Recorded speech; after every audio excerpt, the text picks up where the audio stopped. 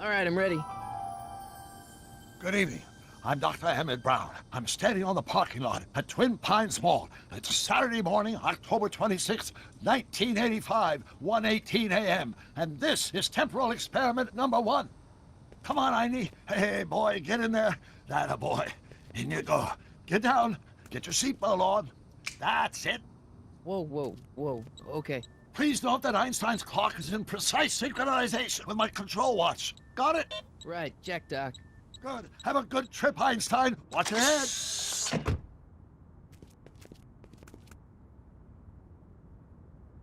You got that thing hooked up to the car? Watch this.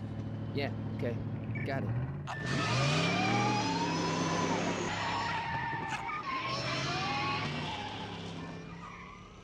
Not me. The car. The car.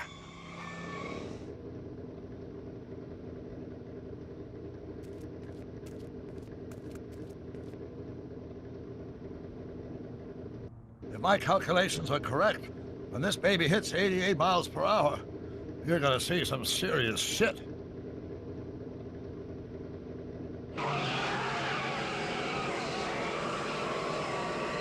Watch this, watch this.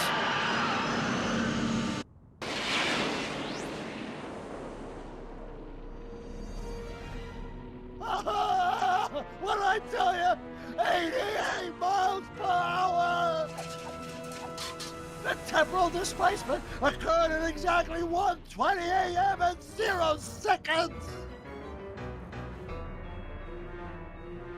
Hot Jesus Christ. Jesus Christ, Doc. You disintegrated Einstein. Calm down, Marty. I didn't disintegrate anything.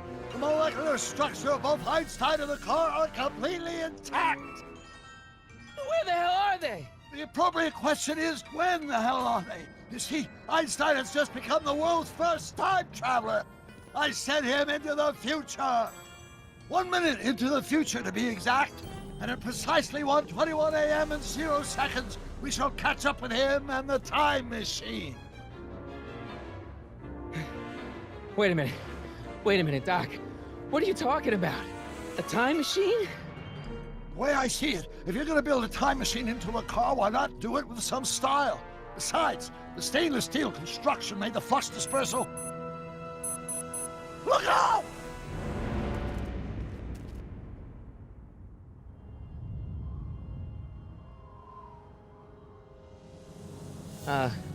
Doc?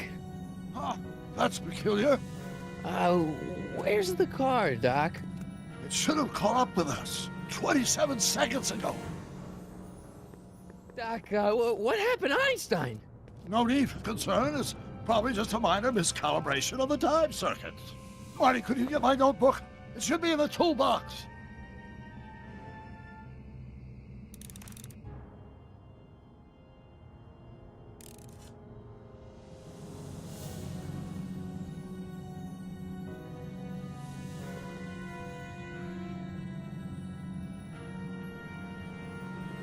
No time to talk now, Marty. Go to the toolbox and get that notebook.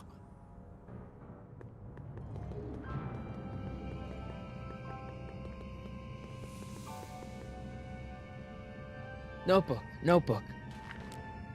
Got it. Flux capacitor? That's it! What the heck's a flux capacitor? My latest invention. The thing that makes time travel possible. In this notebook, I've detailed the nearly 3 decades of scientific breakthroughs necessary to build a working time machine.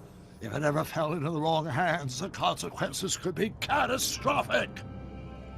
Let's see. It's mass equals I times Z, and E equals the square root of Z times C squared, and the flux dispersal rate is inversely proportional to the 4th root. Consequences could be catastrophic?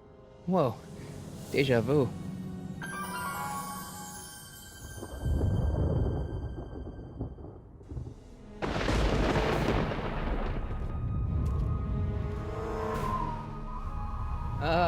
Doc?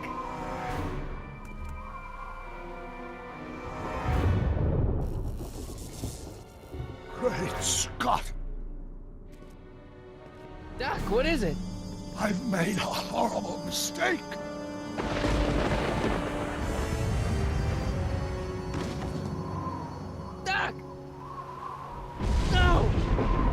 I'm sorry, Marty. Doc, come back! Doc! Doc!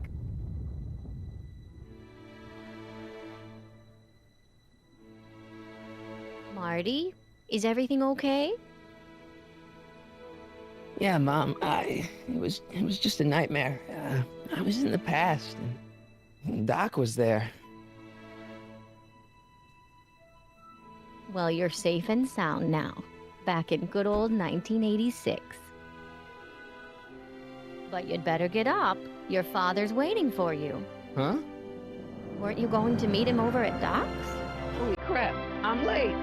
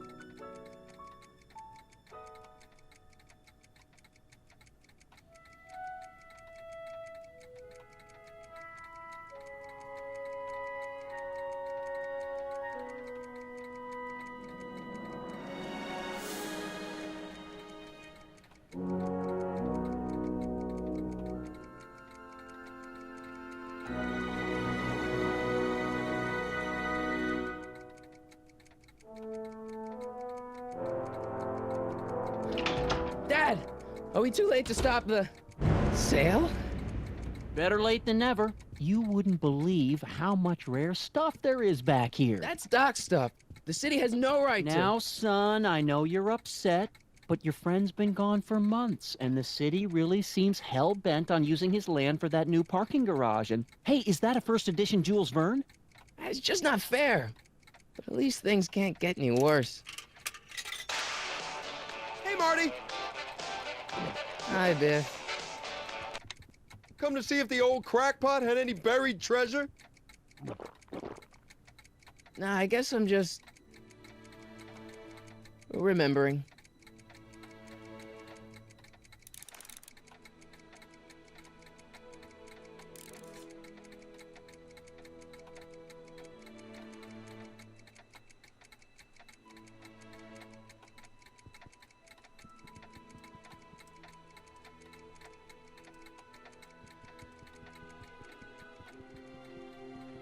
Hey, Dad.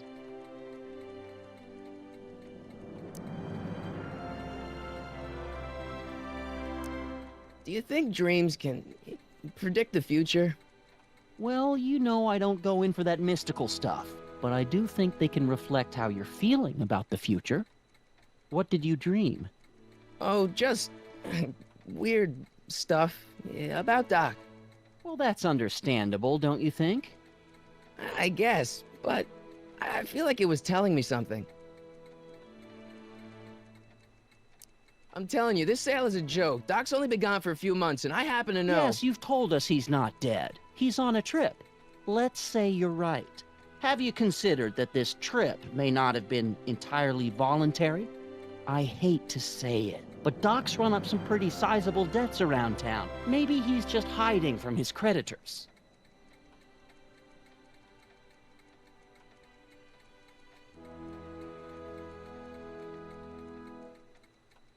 Who's running this sale anyway? Oh, that'd be me, son. You? Why? Well, once it became apparent that the bank was going through with the sale, I volunteered to oversee it in order to make sure that Doc's stuff would be treated with a modicum of respect. Isn't that right, Biff? You got it, Mr. McFly! What's Biff doing here? He wasn't a friend of Doc's. It's a public sale, Marty. Everyone's allowed. Even Biff.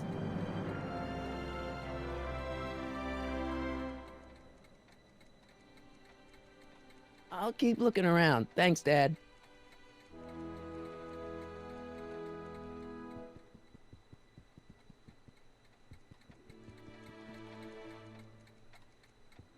It took me forever to repair this thing after I blew it out last time, and now some jerk's gonna pick it up for pennies.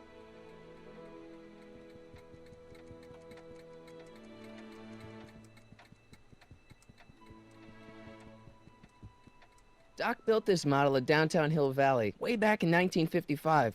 The clock tower in the courthouse even works. What the? Is that Doc's notebook in there? Hey, that looks just like the courthouse. You gotta hand it to the old coot. He was good with his hands. Biff, can I see that a minute? This would look great in my fish tank. Give the old carp something new to nibble on.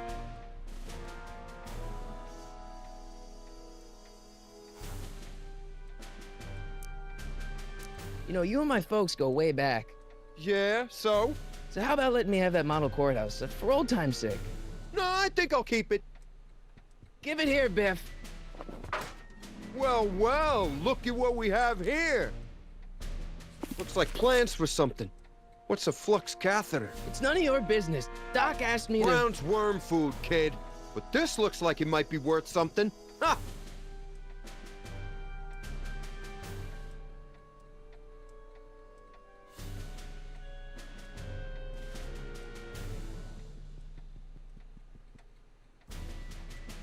Hey, Biff.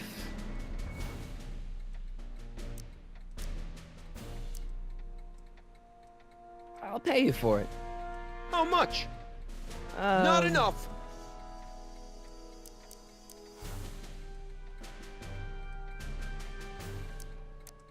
I only want that notebook because, well, I'm sentimental. It's like a piece of Doc. Doc's dead. Time to get over it and move on.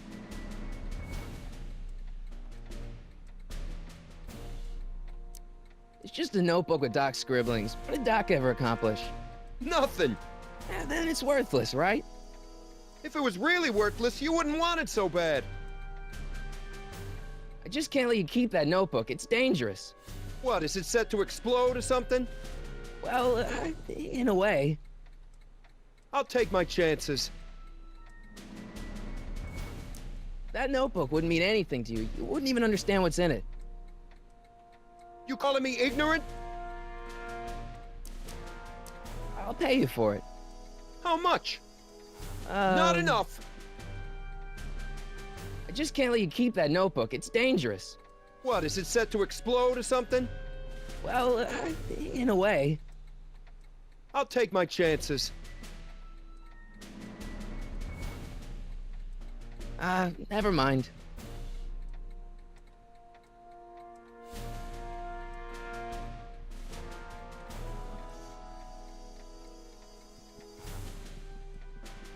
Doc must have whipped up some crazy compounds in that cauldron. It smells like beef stew.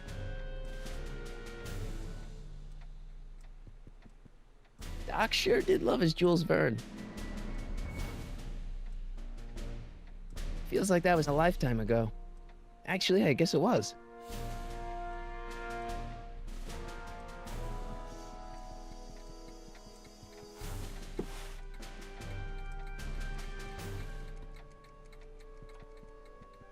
Hey, Dad, why's my guitar got a price tag on it? Sorry, son. Must have been an overzealous clerk. Just pick it up. I'll iron things out with the bank.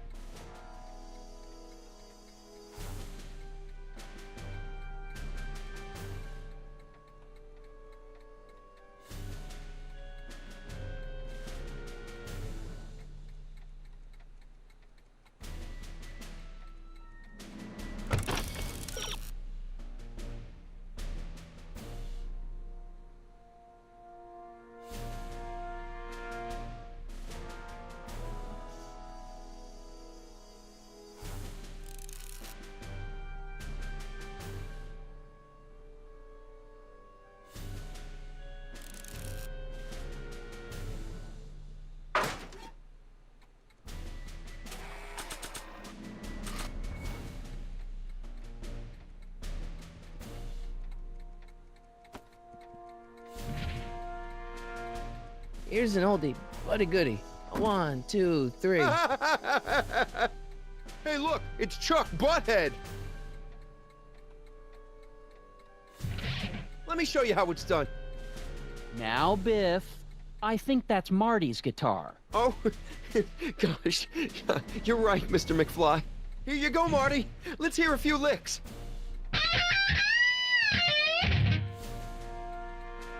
Wow, that was sizzling hot, like a melting ice cube.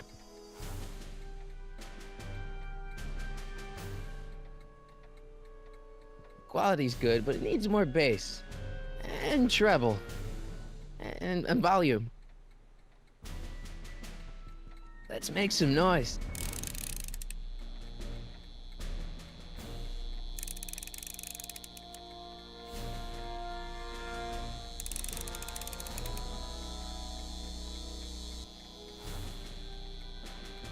And now, something your kids are really gonna like.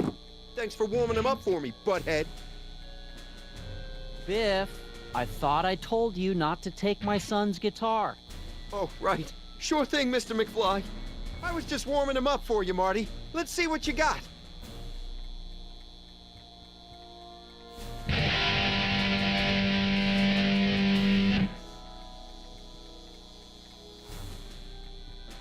Man, you kids have ruined rock and roll.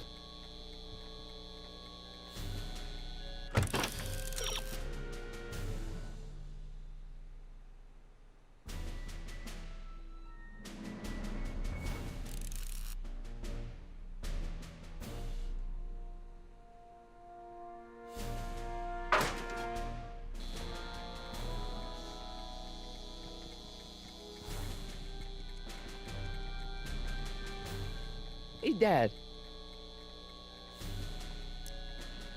About Biff. Dad, I know you're trying to help. He talks a big game, son, but he's not so tough. I've been dealing with him a long time. Believe me, I can handle him. So can I. I guess you can. Okay, son, I'll stay out of your way. But you know where to find me.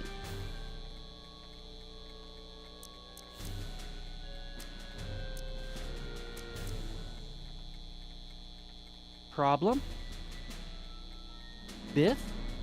He's got this thing, see, and I really need to get it back. If he stole something from you... No, it's one of Doc's notebooks. Yeah, he found it first, but... Oh, well then I'm not sure what to tell you. I guess you'll just have to appeal to his better angels or something. Or something.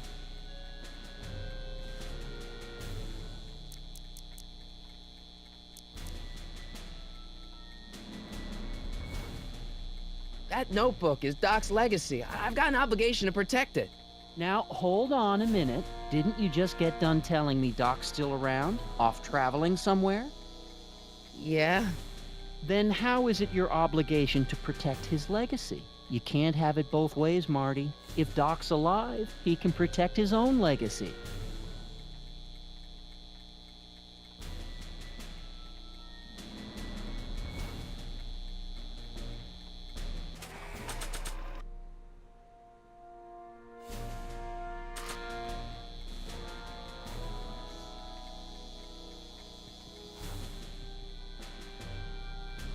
Nah.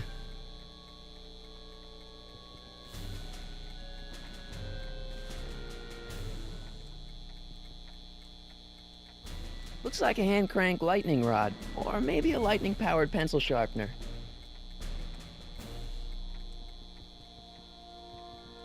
Hey, Biff. Never mind.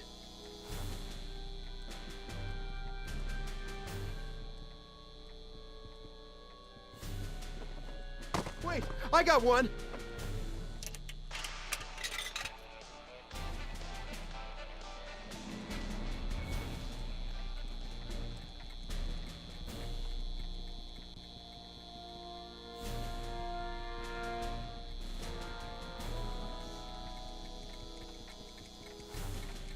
A fish tank? I never knew Doc raised fish. Doc's fish had weird taste in decor. I kinda like Doc. Hey, Hey, I want to try something. Ah!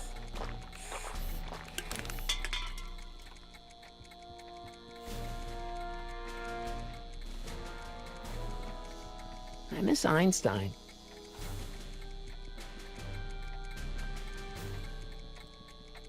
Does nature contrive it so that even with a time machine, you can't intervene to prevent your own conception, for example?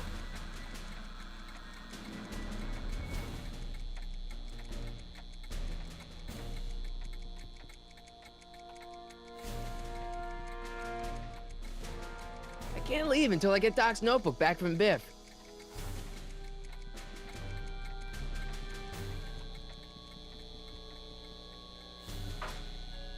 You want to hear a number by Biff and the Biff Tones? Always happy to play for my adoring fans.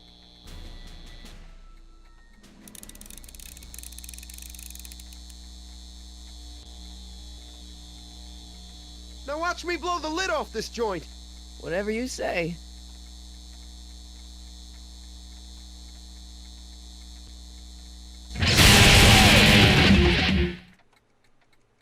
Rock on, Biff. Oh, shit.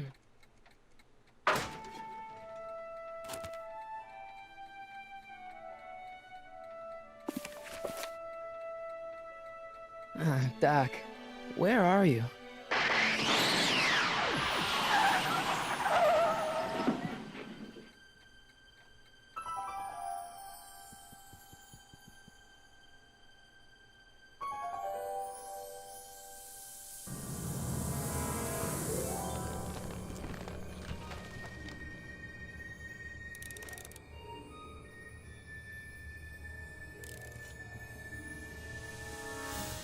Doc?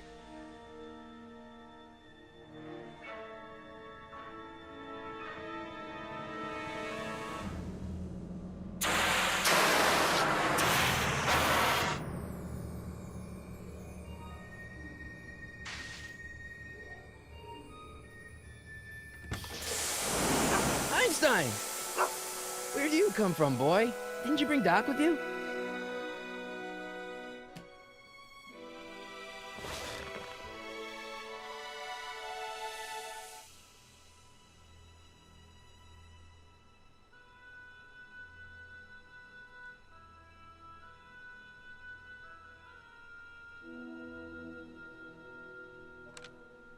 Marty?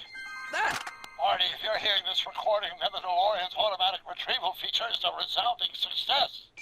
Automatic retrieval? In case of my failure to return to the DeLorean within an allotted time, I programmed the time machine to jump to these four-dimensional coordinates without me. As you are well aware, time travel is an inherently risky activity, and despite my elaborate precautions, there's always the possibility that I could land in trouble sometime. And that sometime is now, or then, or maybe later. He's in trouble. Marty, you come to my rescue in the past, or was it the future? Anyway, I'm relying on you to do it again. Please take the DeLorean back, or forward, to whatever it is I'm stuck in time. When you get there, I'm sure you'll figure out what to do. That's it? Aren't you gonna tell me when that is? Just go to the date specified on the time circuit readout under the heading marked Last Time Departed. Good luck. Right. Last time departed. Oh, jeez. Come on. Crap! Oh, great. How am I supposed to find him now?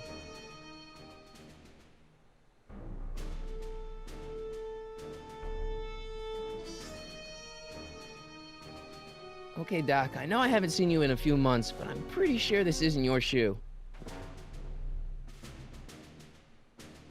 I can use those to enter a date into the time circuits. Once I know when to look for Doc.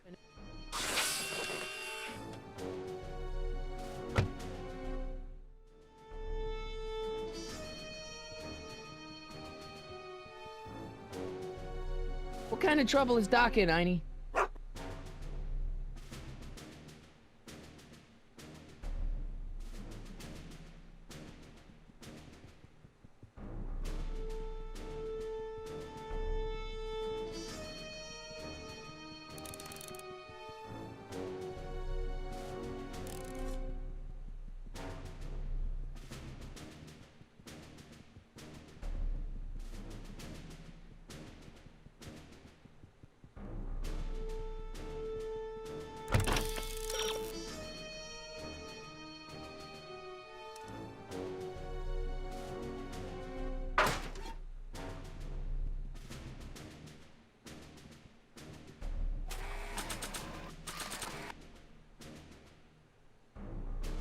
It's too bad you're not a bloodhound, boy.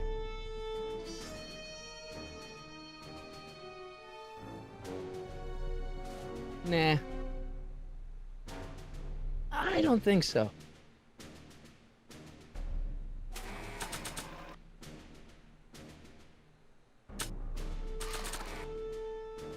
Maybe not.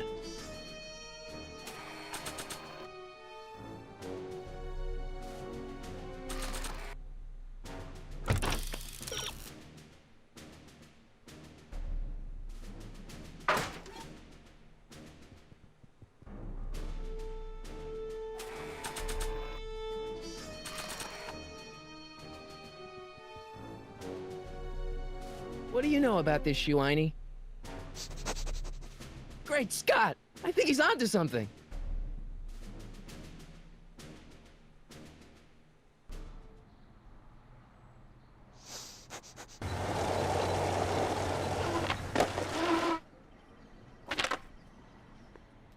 Okay, now we're getting somewhere. How's this supposed to lead me to Doc, Einie?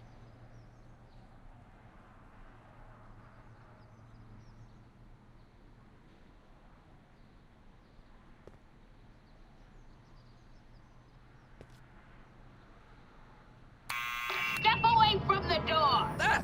Now, let me get a look at you. Einstein, come on! Just as I suspected. Hooligans! Get along now! Scat!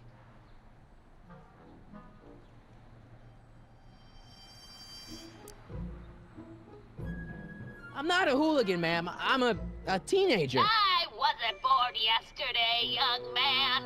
Aren't you the miscreant who skateboards through the town square every morning between 8 and 8:30 in a decidedly unpunctual manner?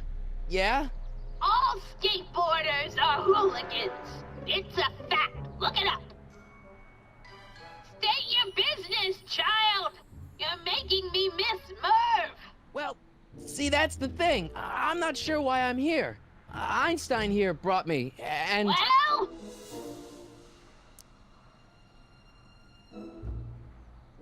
Can you let me in?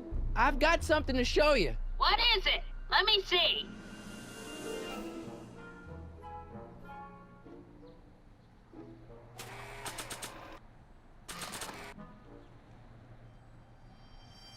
A shoe? Wow, now what would I want with a... Huh? Stay there!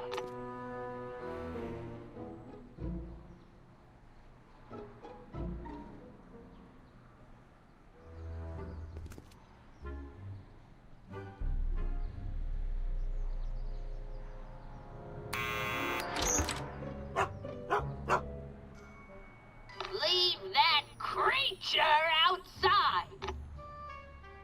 Sorry, Einstein.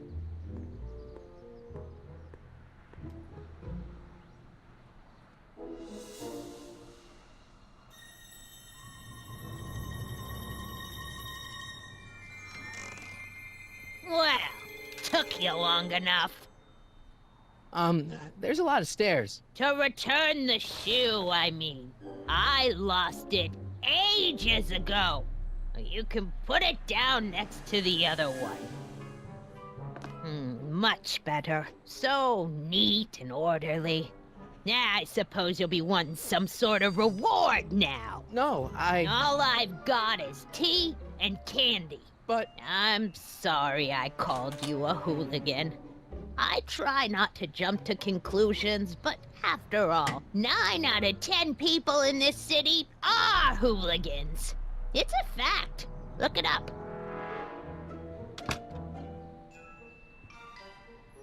Have a seat, Sonny.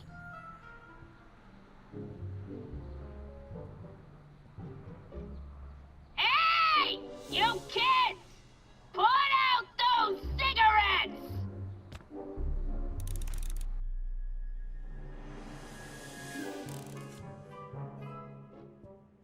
Don't touch those! My newspapers are in pristine condition and meticulously organized. Not about to let some street punk get jam all over them.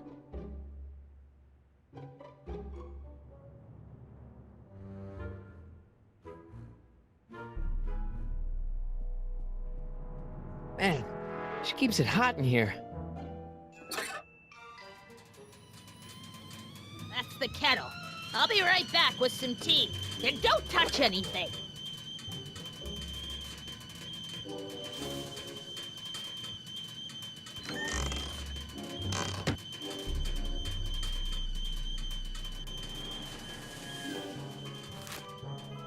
Juveniles collide with manure truck. Nice picture.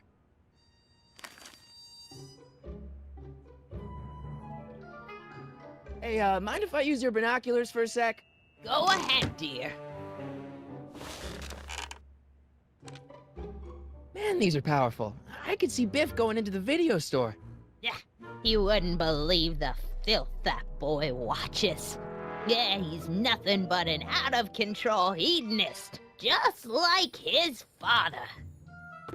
If there's a clue to finding Doc out there, I'm not seeing it. I don't even know where to start looking.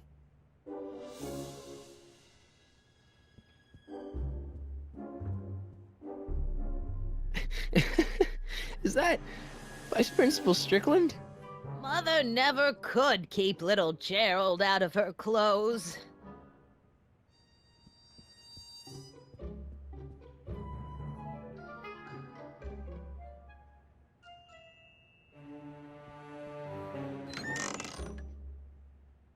Miss Strickland, about your tea. You forgot to turn on the... You! It's spelled with a U! You illiterate vandal!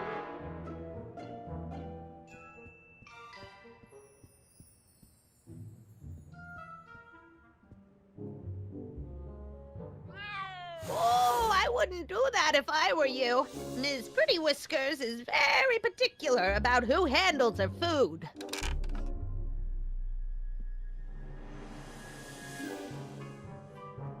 Miss Strickland? Jack! Diane! I know what you're doing behind that tree! Yes?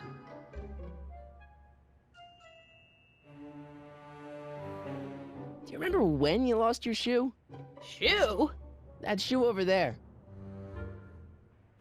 Oh, that shoe! Huh.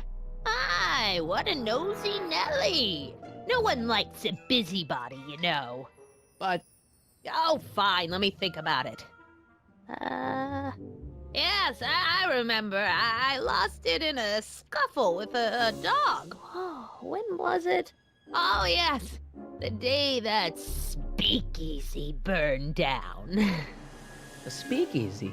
In Hill Valley? Don't act so surprised, young man. Your generation doesn't hold a copyright on moral depravity, you know. Sin has been on the prowl in Hill Valley since the day it was founded.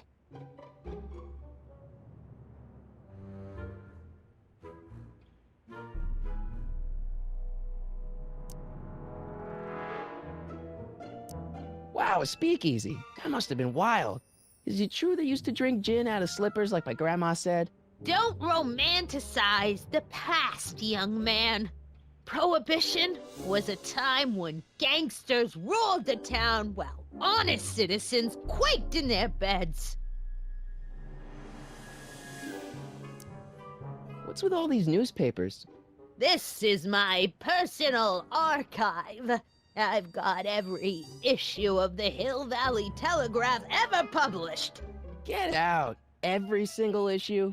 From 1871 to the present. If it happened in Hill Valley, you'll find it in my stacks.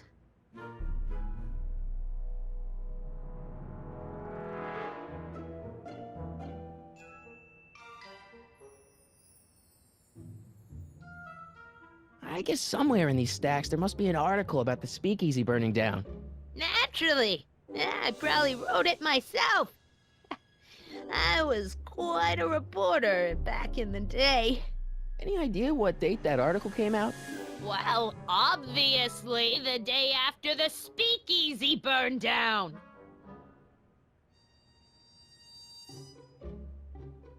So where was it? That speakeasy that burned down, I mean. That was ages ago. If you're looking for bootleg hooch. No, I'm just curious, that's all. I'm a student of history. Student of history, my Aunt Fanny. Yeah, your generation of hooligans and slackers could give two ripe figs about history. Miss Strickland? Oh, video store! Huh? The speakeasy used to be hidden in plain sight down there in the town square. Right where that disgusting videotape rental store squats today. So the video store building must have gone up after the speakeasy burned down. The following year, as I recall.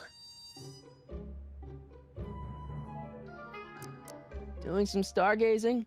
No, I set my sights on lower things. Is that? Tiff Tannen! Get away from that hubcap before I call your father!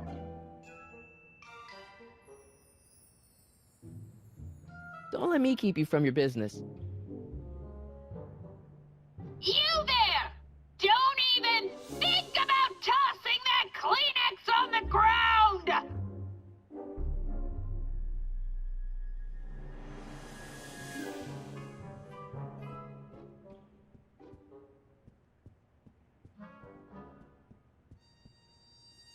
Miss Strickland lost that shoe the day the speakeasy burned down. But when was that? Would you mind if I stepped out for a minute? I just remembered a video I've got to return. Do you have to go? I get so few visitors these days. But- And I'd hate to have to tell my brother, your vice principal in charge of discipline, how rude you were to me. Especially with graduation coming up and all. I guess I'm stuck here for a while. That tea's never gonna boil.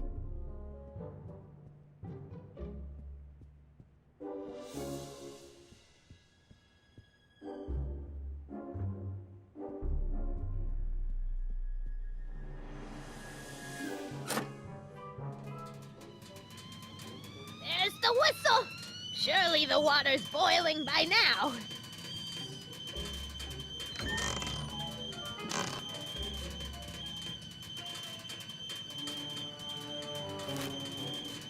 Brown Mansion destroyed. 1962. No, that's not where Doc's stranded. Alright, Einstein brought me this shoe, and Miss Strickland lost the shoe on the day the speakeasy burned down. But when did the speakeasy burn down? I at least need to know the year.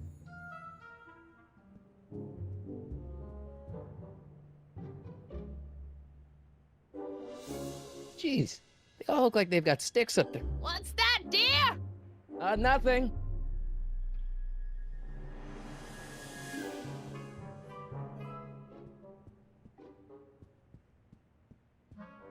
Yeah, that's peculiar. The water still hasn't come to a boil.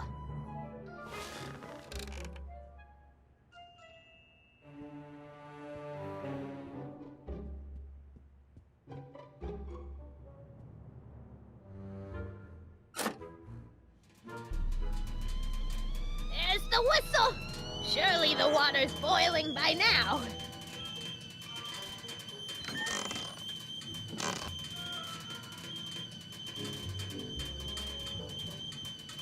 Hey, mind if I use your binoculars for a sec? Go ahead, dear.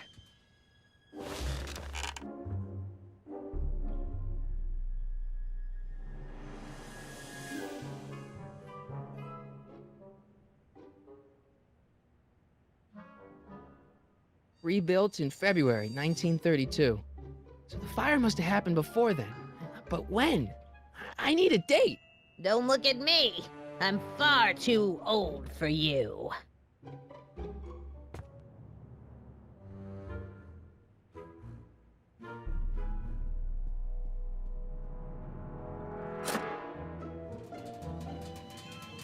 There's the whistle!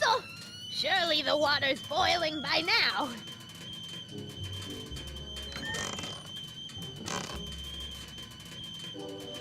Let's see.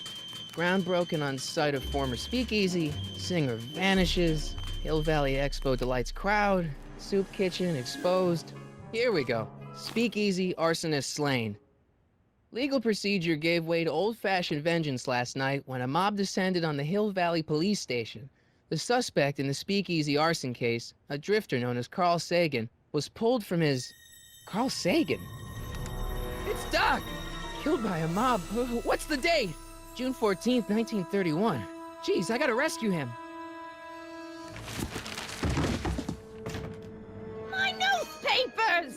Sorry, Miss Strickland. Let me... No! You've gotten my history out of order! Oh, do you know how long it'll take to fix what you've done? Oh, get out! Get out! Get out! Help! Police! I'm being attacked by hooligans!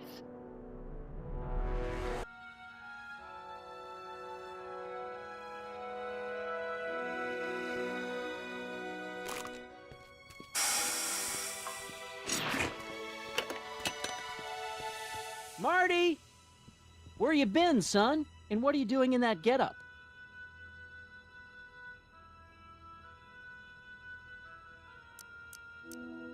Didn't I tell you? I got the lead in the school play. We're doing... Grapes of Wrath? Right. Oh, Steinbeck! Who are you playing? Never mind, you don't have to explain. I'm sure whatever it is you're up to, you know what you're doing, right? I hope so. Hey, sometimes you gotta go out on a limb for the ones you love, right? Wish my dad had understood that. You won't stay away too long. You'll barely know I was gone. You ready to go, Einstein?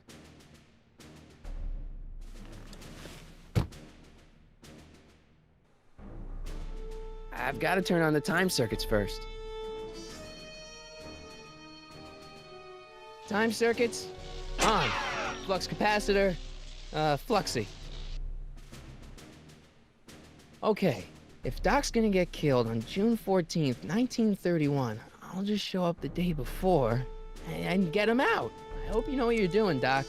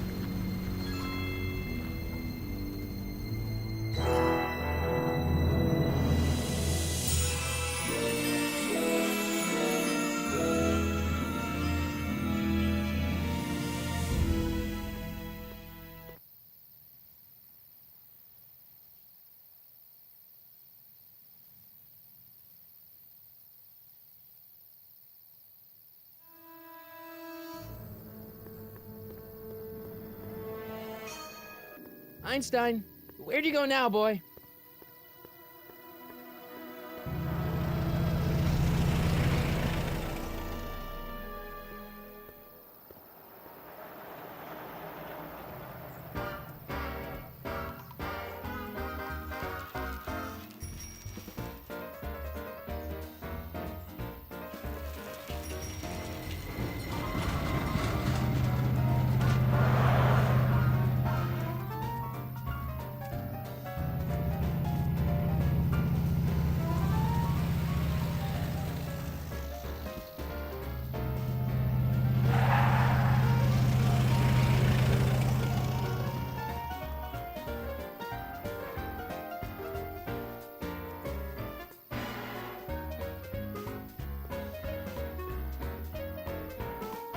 Young man! Excuse me, young man! Who? Me? You're the only man in the street, and I'm looking for a man-in-the-street reaction. Naturally, you know about the explosion that destroyed this illegal gin establishment. I read about it, yeah. What's your opinion of Carl Sagan, the stranger who single-handedly did what the law has been unable to do for 10 long years, namely, rid Hill Valley of the scourge of liquor?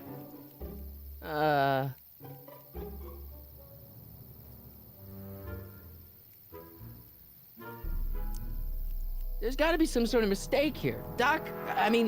Carl wouldn't do something like that. It's surprising the lengths a person will go to when it's a clear-cut matter of right and wrong. You've got an honest look about you. You do support the side of righteousness, I trust. How'd Doc get himself into... Doc? Doc is his nickname. I'm good friends with Carl. You are? Really? Oh, but I need an unbiased opinion for my story. Pretend you don't know him. How would you feel about his heroic act of destruction?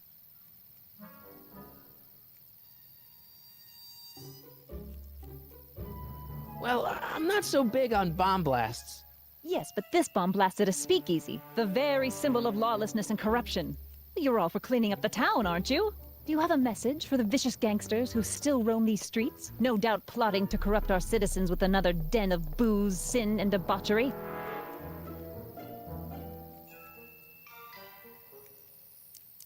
No, not really. That's the spirit. Destroy them with indifference. If we refuse to patronize their establishments and glorify their wicked exploits, they'll soon be exposed for the pathetic wretches they are. May I get your name? Yeah, it's...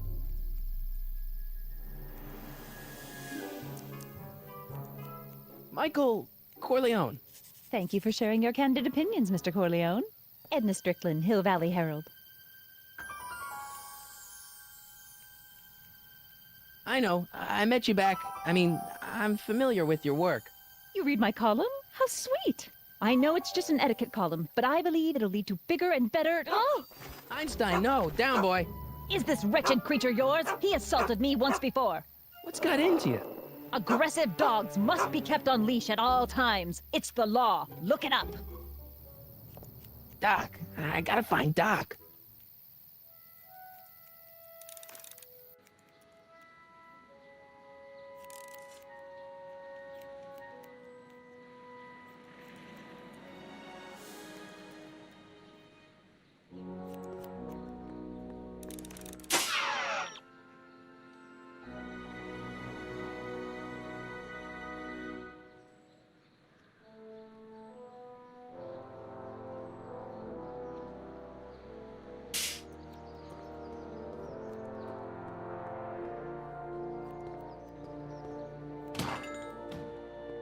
You gonna buy anything?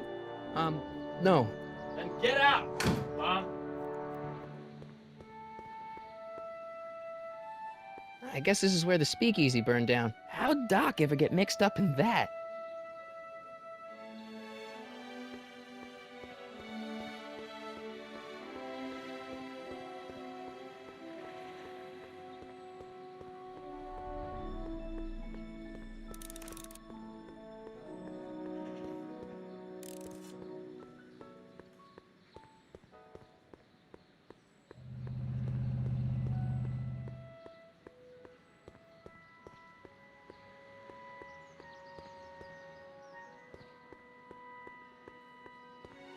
Where is the... Doc! Marty! Doc! What are you doing here? You sent for me, Doc. I did? When? May 14th, 1986. 1980? The automatic retrieval system. Of course. I'd almost forgotten about that. So what's our plan for getting you out of here? Plan? We don't need a plan. We don't. Not in the slightest. The police picked me up for that speakeasy fire a couple of weeks ago, but the DA hasn't got a case. They're releasing me tomorrow morning. So basically, I traveled 50 years into the past to deliver your car? Sorry about that, but it's so wonderful to see you. We have a lot of catching up to do. Yeah, you might want to hold off on that, Doc. Great Scott! I'm going to be gunned down by gangsters on the steps of the courthouse. Why would they do that? Guess they didn't approve of my burning down their speakeasy. Very funny, Doc. Maybe now we should come up with a plan? A plan. Right. But what?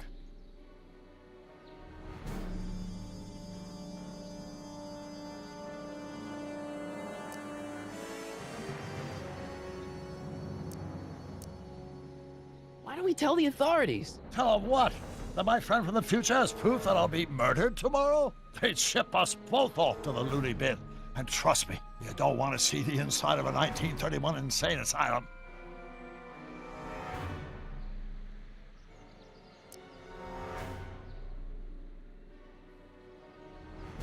Why don't we try to tough it out?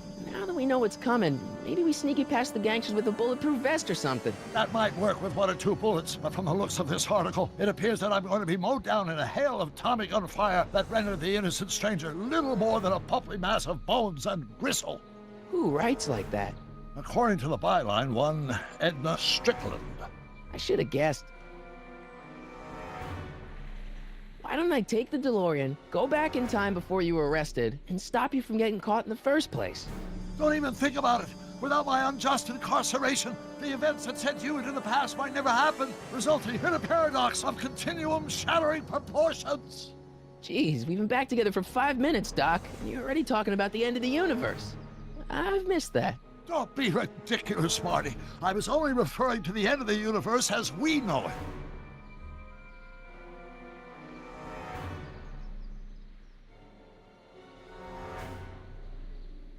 Hey, maybe I could talk to the gangsters. Tell them they're about to shoot the wrong guy. I don't think the criminals of this era are going to be very receptive to a complete stranger telling them that their secret assassination plan is misguided, do you? Well, I suppose I could just get some dynamite and break you out of jail. No, that's far too dangerous. Not just to me, but to random innocent people in the past. The repercussions could be... That's it!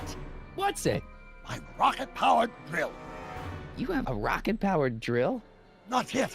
I haven't built it yet. You've lost me, Doc. Listen, a few months ago, my 17-year-old self sent in a patent application for a rocket-powered drill. I abandoned the project after I never heard back from the patent office, but the prototype should be nearly complete. Great, I'll just run back to your lab and... No, I said nearly complete. You'll need me to help you finish it. How the hell am I supposed to sneak a half-finished rocket-powered drill into your cell? Not me! 1931 me! Wait a minute, Doc. You want me to convince your 1931 self to build a rocket-powered drill to break you out of jail? Precisely!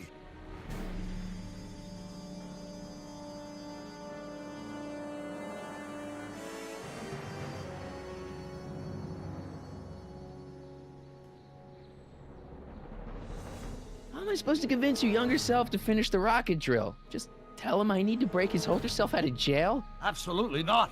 Whatever you do, you can't tell my younger self anything about time travel. I won't come up with the inspiration for the flux capacitor for another 24 years. Then what am I supposed to... Just be your charming self. From what I remember, I'm a pretty easygoing kid, so enlisting me in a scientific adventure should be a piece of cake. Okay, let's say I go along with this crazy idea. Where can I find you? I mean, the other you. How should I know? It was over 50 years ago. Why don't you go over to the soup kitchen next door and give my house a call? They'll know where to find me. Soup kitchen. Got it.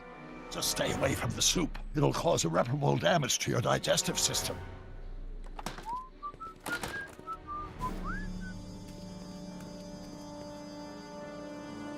I guess I better get started. Don't worry, Doc. I'll get you out of here in no time. I'm not worried. Once you and my younger self put your heads together, you'll be unstoppable.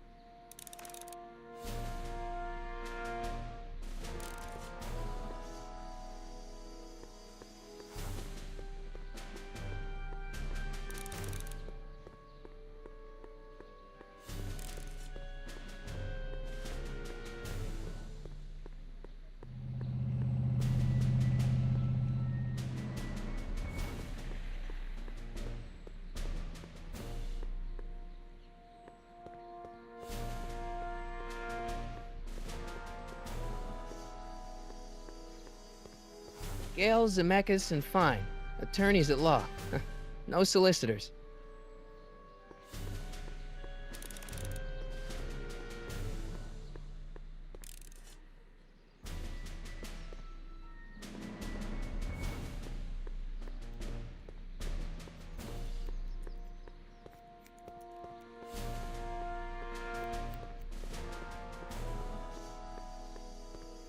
Guess I better go to that soup kitchen and call Doc's house.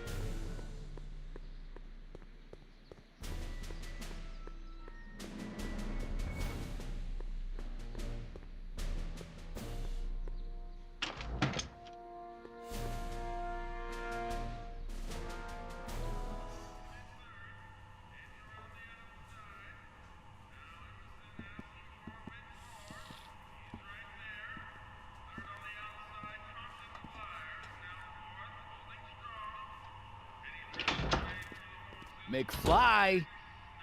Biff? Kid! Grandpa? That's Mr. Tannen to you, Artie. What are you doing out here? Well, I was getting kind of hungry, so I figured I'd come down here for some free soup. Just thought I'd come down for some soup. Think, McFly. The DA's throwing around subpoenas like Babe Ruth. I don't think Ruth's a pitcher anymore. Shut it! If one of those subpoenas landed in the hands of my number cruncher, I'd be in a whole lot of trouble. I could even get sent up the river. You wouldn't want that, would you? Would you? No, of course not, kid. All right, that's better. What are you looking at, punk? Keep your eyes on the soup, kid. Well? Well, what? Well, what are you still doing here? Sorry, kid. I'll just run back to the safe house. You do that. And McFly, Yes? that hat's too flashy. You better let me hold on to it. Now scram! You got it, boss. And don't come out until I give you the all clear. I swear, if even one of you mooks could add 2 plus 2 without your fingers, I'd dump that wimp into the lake. Hey! Anyway, I'm off to make myself irresistible. Don't let anyone burn down the shop while I'm gone.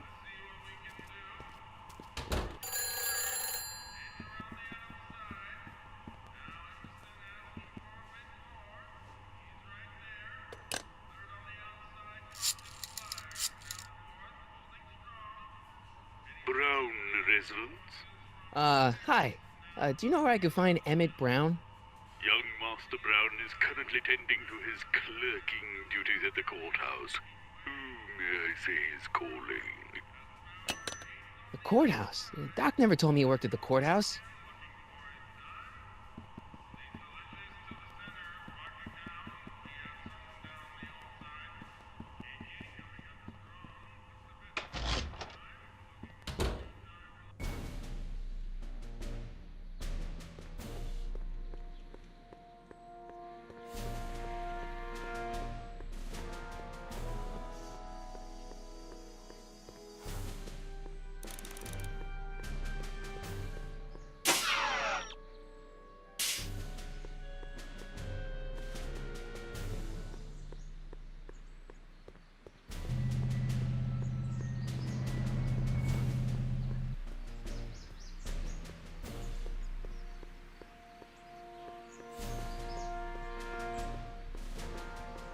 Young Doc's in the courthouse. I hope I'll be able to recognize him.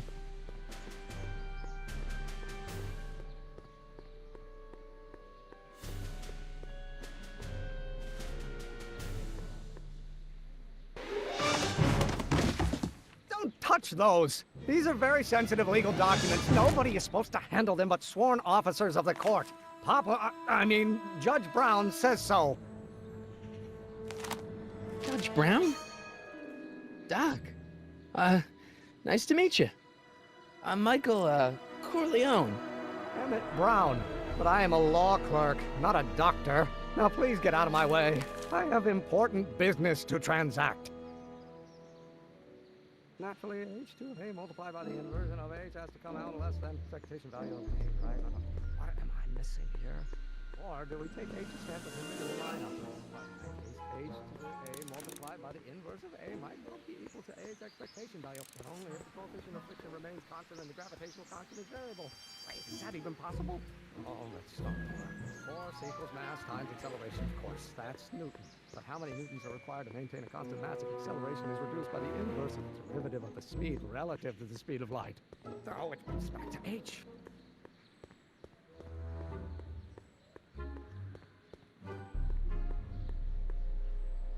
Gale, Zemeckis, and Fine. Attorneys at law. No solicitors. Oh, no. Gale, Zemeckis, and Fine. Man, young Doc mumbles even more than old Doc. Not possible. Listen, Emmett, you don't know me, but I'm your friend. I'm not big on friends. They get in the way of work. Come on, Doc. Emmett, drop the Legal Eagle Act. I got something more important for you to do. Mr. Corleone, I'll have you know that the law is the very mortar that holds society together, and we in the legal profession are like brick masons building the edifice of the future. Your dad tell you that? Every morning.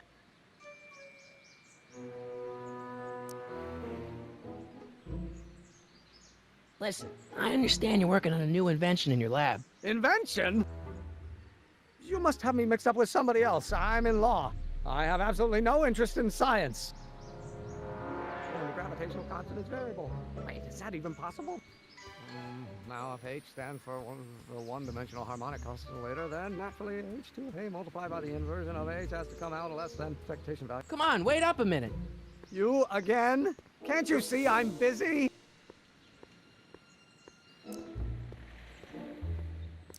See, I'm sort of in the science business myself. That's why I sought you out. Not that I care in the least, because science is the furthest thing from my own area of interest, which is law, but I don't believe you. It's true. I'm a scientist. So tell me something, Mr. Scientist, from your vast storehouse of scientific knowledge. The leg bone's connected to the thigh bone? Amazing.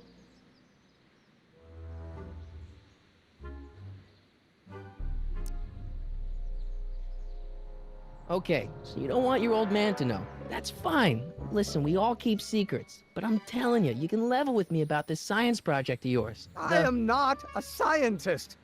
Go ahead, ask me what E equals. What does E equal? I have absolutely no idea. See? I don't know where you got your information from about me, mister, but you're wrong, wrong, wrong.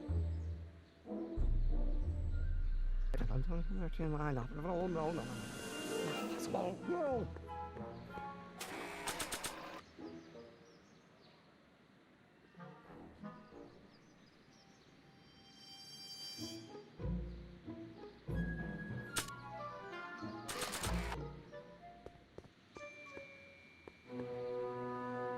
After all the trouble I went through getting this thing, there's no way I'm letting it out of my sight. Now if H stands... Will you just give me a chance? Harassment's a federal crime, Mr. Corleone.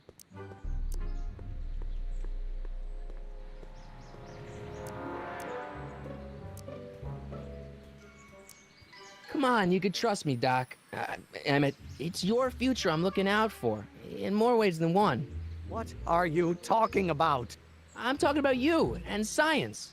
Oh, that word again! If you insinuate I'm a scientist once more, I'll sue you for defamation of character!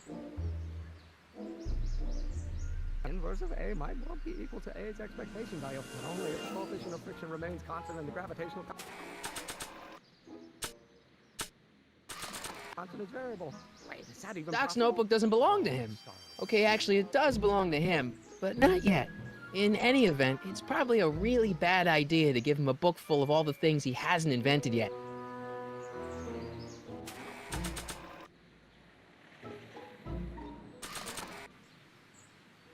Nah.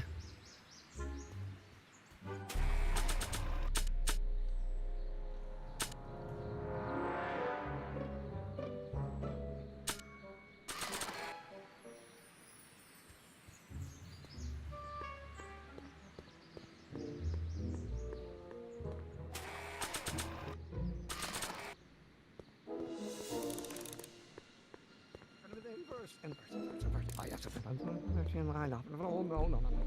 Not possible. No. Or do we take H's step and linear line up? Well, in that case, H to the A multiplied by the inverse of A might well be equal to A's expectation value, but only if the coefficient of friction remains constant and the gravitational constant is variable. Wait, is that even possible? Now, if H stands for one-dimensional harmonic oscillator, then naturally H to the A multiplied by the inversion of H has to come out. I wonder if old Doc would know what young Doc is mumbling about. Here. Oh, well, no. I'm gonna be the inverse. Oh, yes, line up. Will you just give me a chance? Harassment's a federal crime, Mr. Corleone. So, Emmett, what time are you through with work? Depends. On weeknights, Pop sometimes keeps me in the office till 9. 9 at night? But today's Saturday. Right. So I probably won't get off before 10.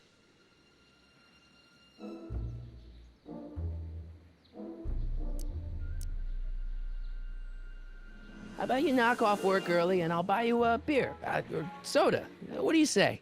Don't try to tempt me from my duty with sugary beverages. Keeping the wheels of justice turning, that's my one passion in life. Besides, if I left before 8, my pop would kill me. Sounds like you're a little scared of your father. Scared of my father? Pop is the most learned, just, incorruptible judge that Hill Valley has ever seen. The only people scared of Judge Brown are people with a dark secret to hide. And I don't have a dark secret to hide. What's this important business you're up to? It's a legal matter, very complicated, very abstruse. I need to obtain 5 sets of initials on every copy of this writ of indemnification before before Judge Brown can even think of granting a waiver to the party in the first part. You have no idea what it's about, do you? That's how important it is. Emmett, about your... Don't say it. Oh, no. I don't need to go in there anymore.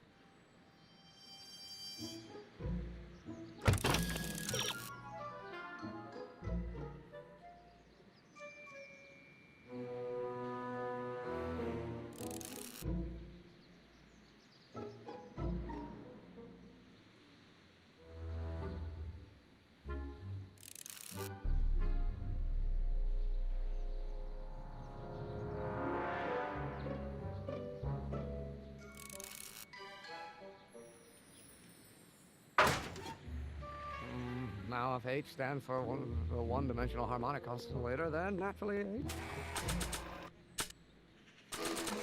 A multiplied by the inversion of H has to come out less than expectation value of A, right? What am I missing?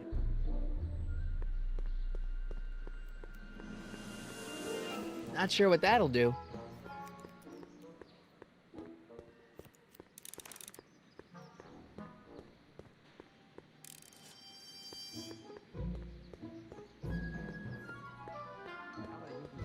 Maintain a constant massive acceleration is reduced by the inverse of the derivative of the... Oh, think, Emmett, think. H to the A multiplied by the inverse of A. H to the A multiplied by the inverse of A.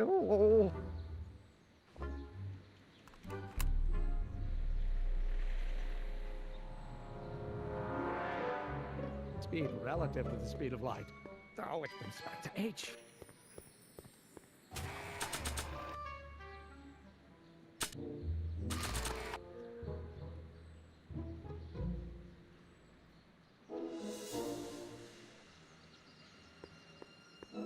Not sure what that'll do. Oh, no.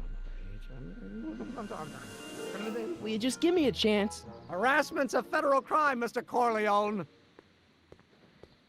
Sounds like you're a little scared of your father. The only people side. Emmett, about Don't your... say it. Your line operator. Well, in that case, H to the A multiplied by the inverse of A might well be equal to A's expectation value, but only if the coefficient of friction remains constant.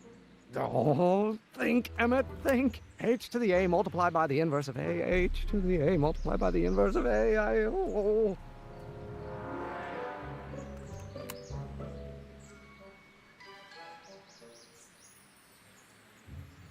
A multiplied by the inversion of H has to come out less than...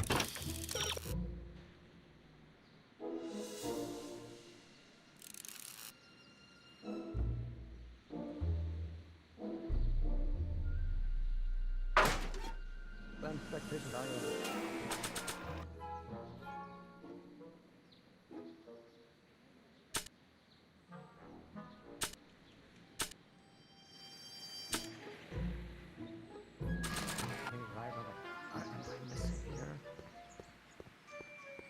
Oh no. Gonna be the inverse. Oh, yes, I know. Oh, no. It's not possible. No.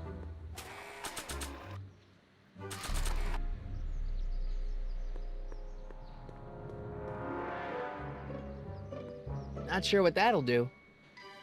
Not sure what that'll do. Now, if H stands for the one-dimensional harmonic oscillator, then naturally H2A multiplied by the inversion of H has to come out less than expectation value of Nah. Right? No. Doc will flip when he hears his own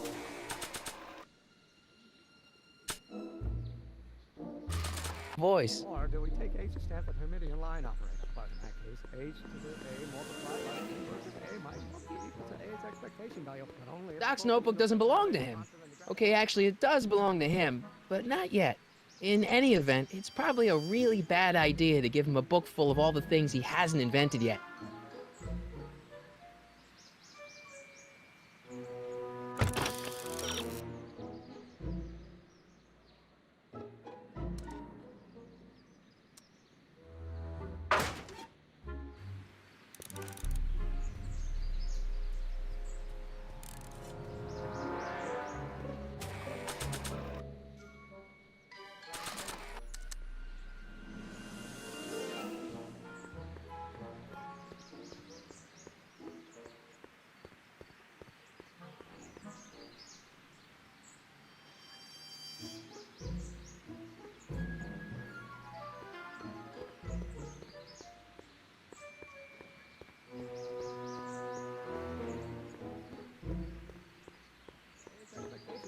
Only if the coefficient of friction remains constant and the gravitational constant is variable.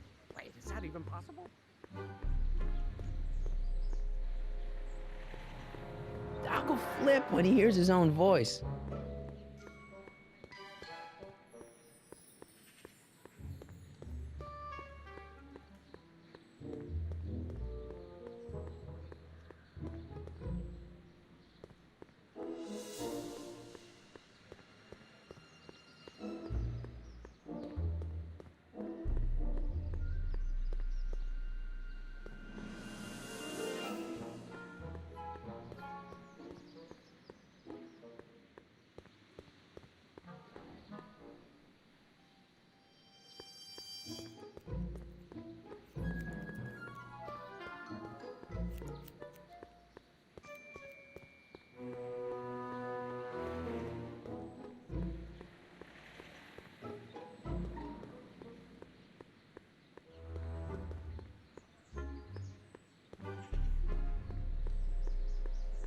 Doc will flip when he hears his own voice.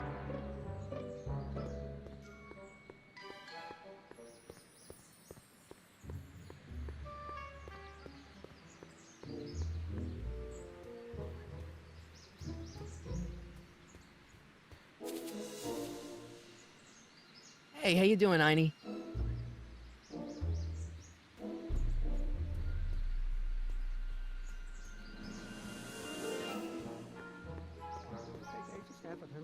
Will you just give me a chance? Harassment's a federal crime, Mr. Corleone. Emmett, about Don't your... say it. Wait, is that even possible?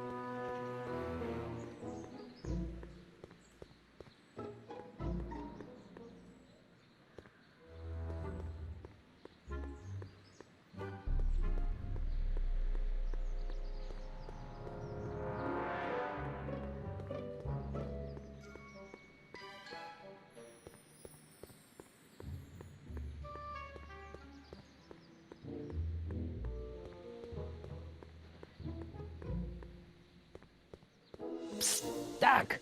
Marty, have you found my younger self yet? So, Doc, does this ring a bell? Oh, think, Emmett, think. H to the A multiplied by the inverse of A. H to the A multiplied by the inverse of A. Good grief! Is that me? I sound so... Young? I was gonna say intense. I forgot how wound up I used to get. Yeah, but what are you muttering about? Oh, that's easy. It's Ivanov's conundrum. Just tell my younger self that H equals the Hamiltonian operator. Won't giving him the answer mess up the time stream? Only if it turns out that reality is actually nothing more than a holographic illusion created by the interplay of subatomic particles on a vast two-dimensional membrane. So... It'll be fine.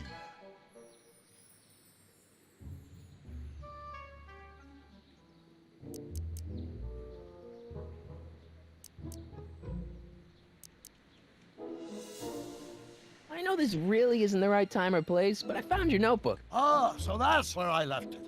Why'd you bring it here? Because the bank's selling off all your stuff. They can't do that. That's what I keep trying to tell them. Well, you hold on to it for safekeeping.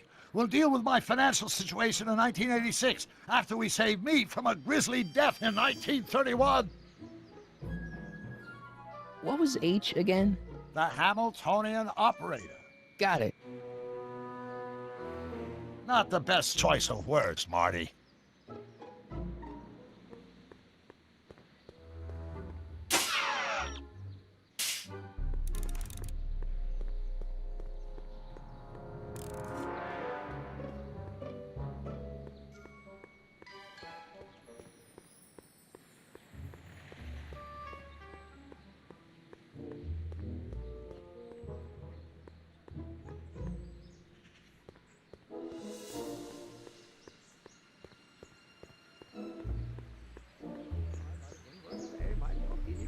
Expectation value, but only if the coefficient of friction remains constant and the gravitational constant is variable.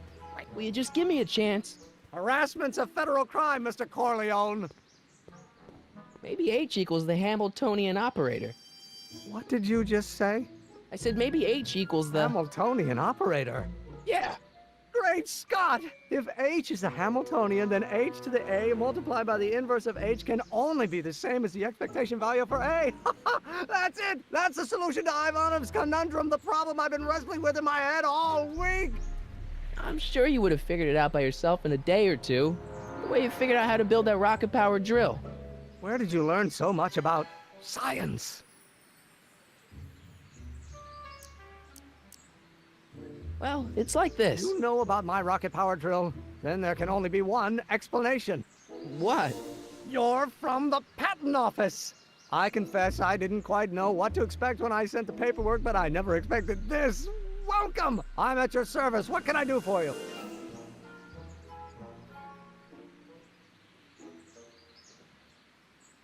Can I see your rocket-powered drill?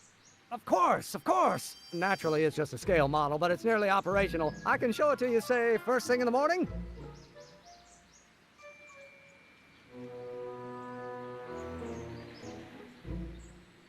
Nah, that's no good. I need to see a full-size model. That's fully operational. Tonight. Otherwise, we'll have to award the patent to a competing inventor, Dr. McCoy.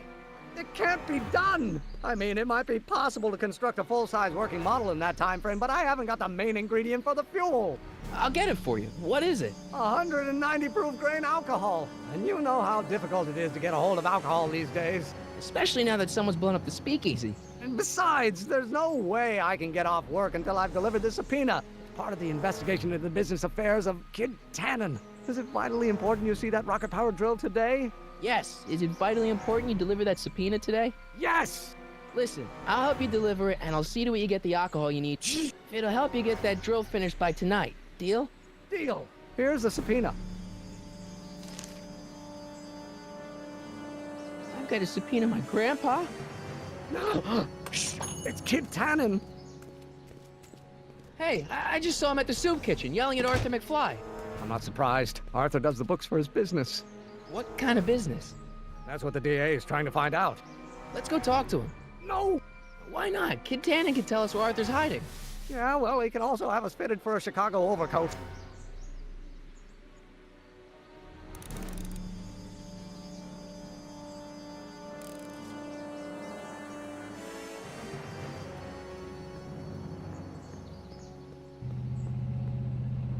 Hey, Miss Strickland. Oh, hello, Mr. Corleone. Try not to draw any undue attention my way. I'm on the trail of a hot new scoop, as we in the newspaper business say.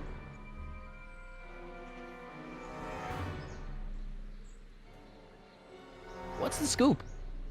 I've heard rumors that something shady is going on at the Sisters of Mercy Soup Kitchen. It's under new management, you know. And oh, we mustn't jump to any conclusions, not till the facts are in. I hope to heaven it is just a rumor. That soup kitchen is the front line in the good fight. If it goes bad, what will happen to the Stay Sober Society? Not to mention all the charitable institutions that depend on me for soup deliveries.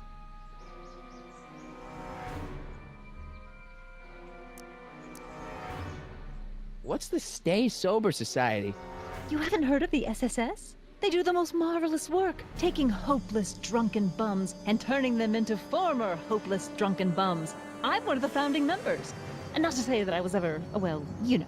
Anyway, we've always met in the cellar of the Sisters of Mercy Soup Kitchen, but for some reason the new managers don't want us down there, so we're stuck. We've got nowhere to meet. I'm sorry about the way Einstein lit into you back there. I don't know what got into him. Well, I hope you've learned to keep him under control. Yeah, I found someone to keep him distracted. Very good. Now let's see if you know your multiplication tables. I got a book. Oh? Where?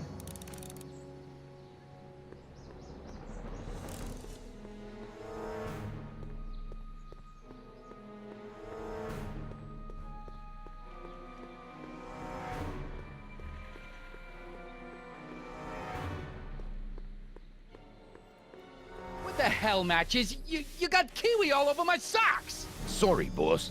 Get out of here! How about you? Huh?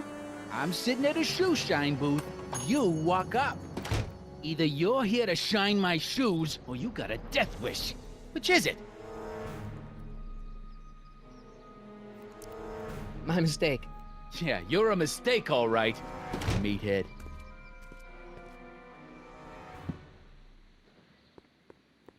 And keep an eye on Trixie.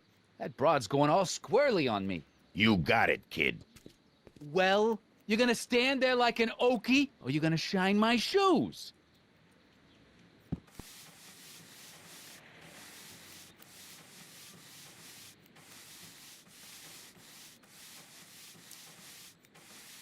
How come you won't let the Stay Sober Society hold their meeting in the cellar of your soup kitchen? We got other plans for that cellar, and it don't necessarily involve staying sober.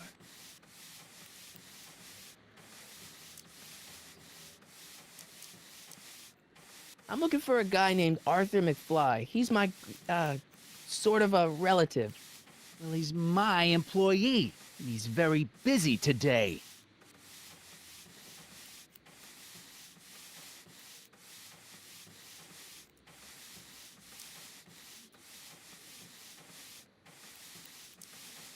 Isn't that Arthur McFly's hat you're holding?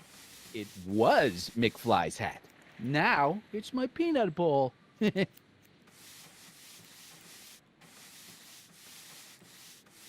Could I buy Arthur's hat off you? Could you keep your mind on your work, huh? Shoeshine boy? I'm hanging on to my peanut bowl.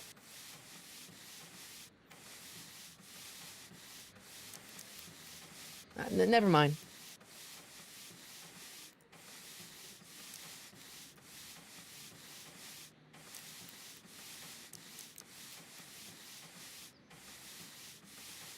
About Arthur McFly. Yeah? Since you're Arthur's boss, you know where he is, right? He's at the, office. Where's the office? I forget.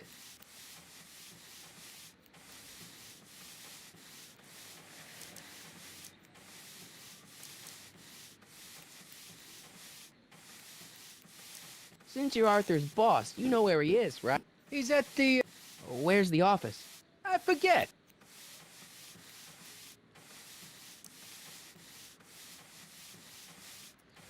So when do you think Arthur will be leaving the office? When I tell him he can leave the office. Hey, you missed a spot.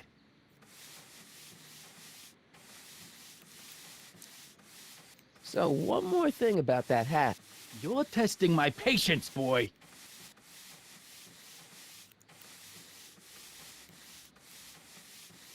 Can I have some peanuts? Why not? I'm a magnanimous kind of guy. Go ahead, knock yourself out.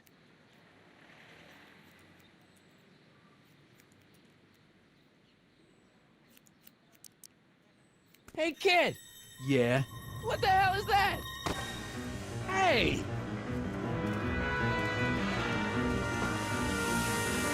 What'd you do?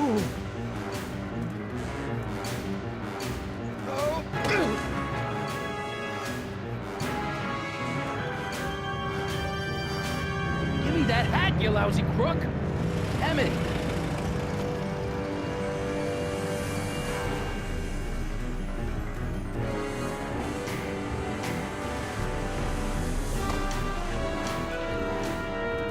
Emmett!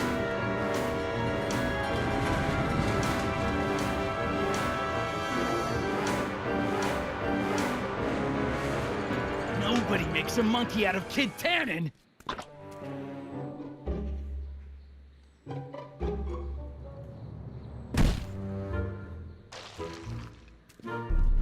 Ow! Fix me up!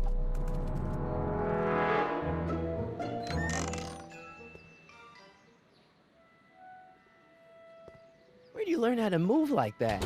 Sandlot football. They used to call me the Streak. Get out!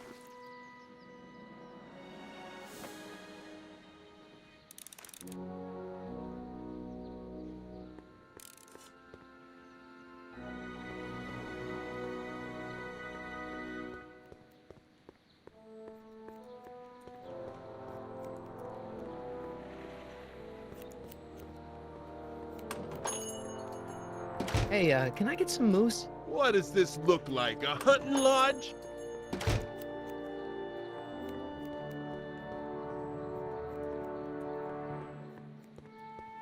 I don't need anything in there, and I don't have any money.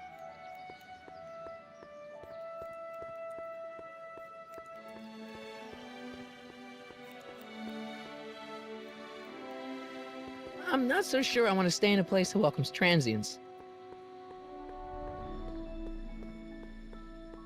Wow, looks like they used a real shark.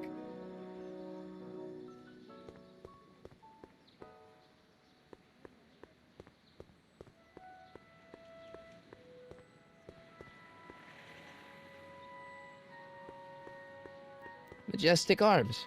Transients welcome.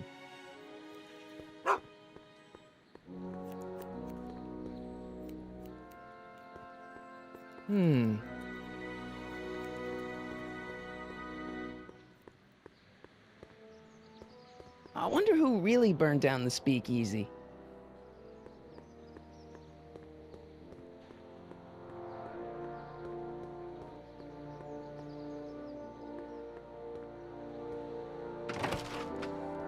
How can I help you, sir?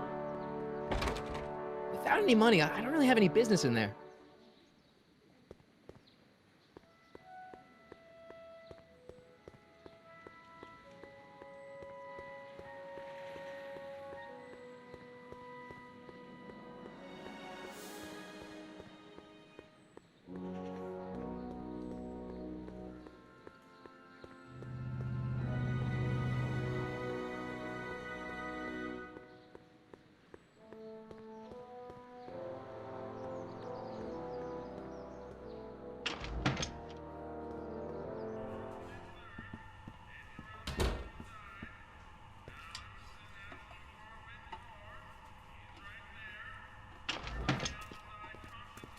Hey, cue ball. What? The truck just arrived with a fresh shipment of, soup. Soup? Soup? Well, this is the regular soup, and this is the special soup. Right. Special.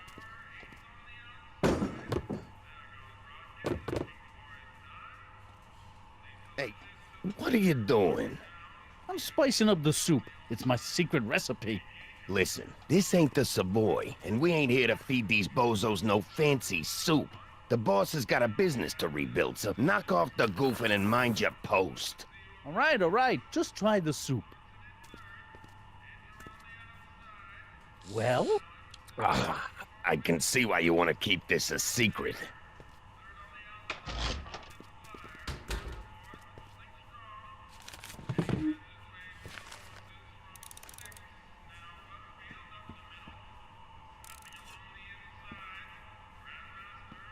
Excuse me. You talking to me?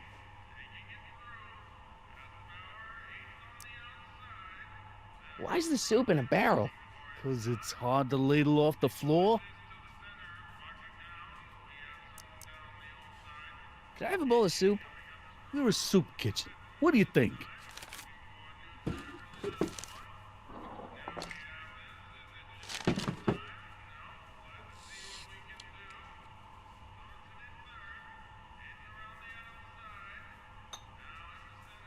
What kind of soup is this? It tastes like... Scrolle ribollita? I was gonna say week-old cabbage. Everyone's a critic. Look, all I got to work with is this 2-bit soup in a barrel and spice rack that hadn't been restocked since the Coolidge administration. What do you think I should do to perk this slop up? Let's see. Have you tried...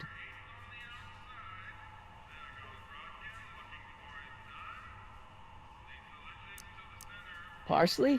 It might help to, complement the mellow flavor of the cabbage. Compliment the mellow... What are you talking about? Trust me.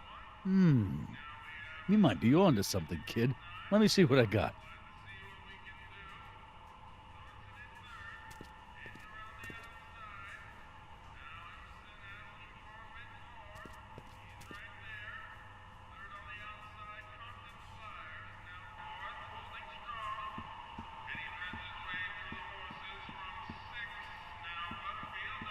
Huddle up, Emmett. Huddle? Just listen up for a second. Any ideas about how to get the hooch? Hooch? The alcohol, Emmett. One might come to the conclusion that the hooch is being hidden in some of those barrels. You're probably right, but which ones? Now, if I could get my hands on some of those barrels, I could weigh them and compare their specific gravity. Specific gravity? Come on, Emmett. Kids' goons aren't gonna let us do an experiment on their barrels. Oh, I suppose you're right. We'll just have to ask the guy behind the counter. What? Ask him if any of his barrels are filled with illegal moonshine? Get real here. Well, I imagined a modicum of subtlety would be used. Subtlety, right. I'll keep cogitating.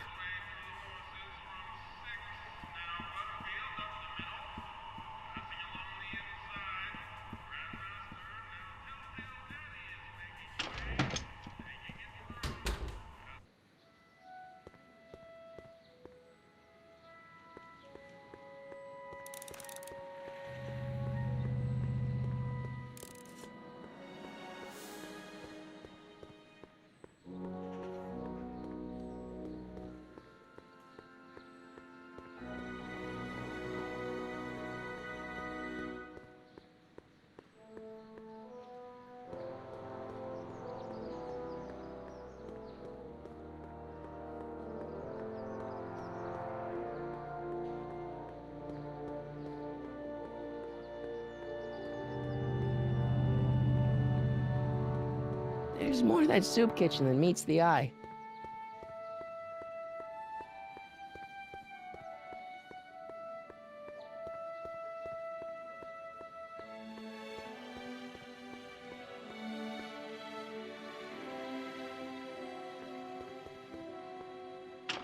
Hello?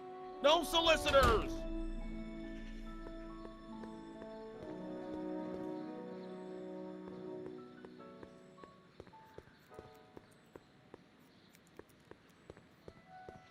I better not go back in there. They're angry, and they've got scissors.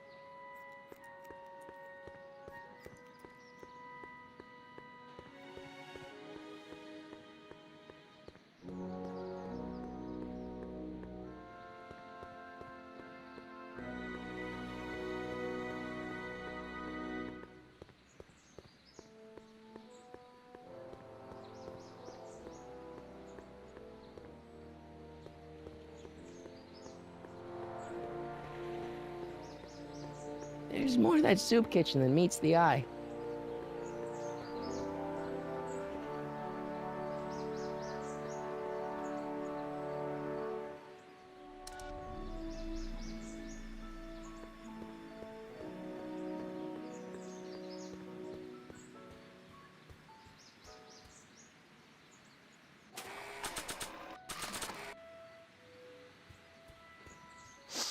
Hey, honey, come here for a sec, boy. Hey, boy, can you find the guy who belongs to this hat? Where's he going? Only one way to find out.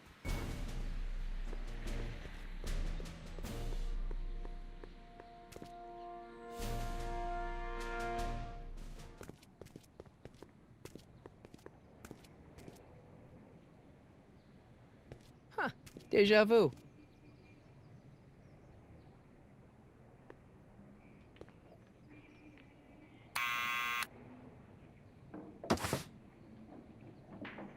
Yeah? Who is it? It's McFly! Shh, I know! Hey, Arthur, can you come down a minute? Do I know you?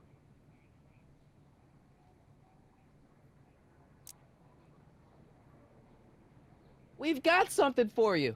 It's a subscription to the Accountant Weekly. He won't come out if he knows why we're really here. No, right. I'm not interested. And besides, the boss won't let me leave the room. Sorry, some other time.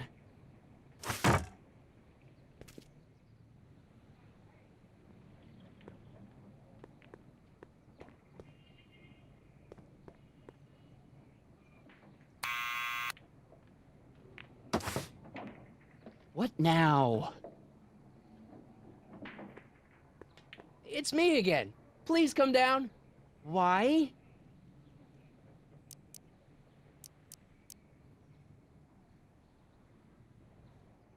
We've got some important information for you, but we can't yell it. It's private.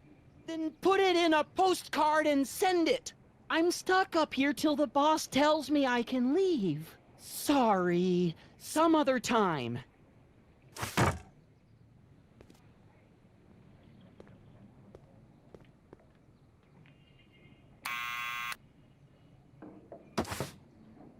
What now?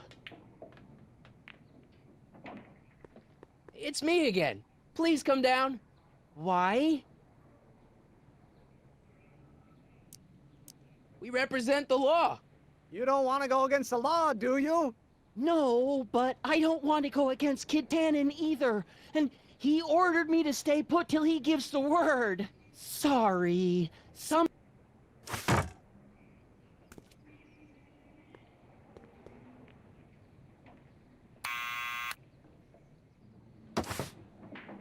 What now? It's me again. Please come down. Why? I'm your mother's great-nephew. You mean my second cousin? Yeah.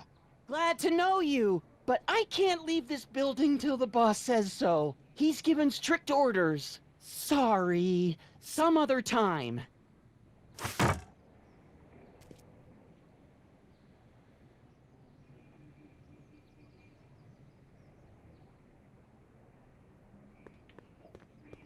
Need any help? Never mind. Thanks for bringing us here, boy. We'll take it from here.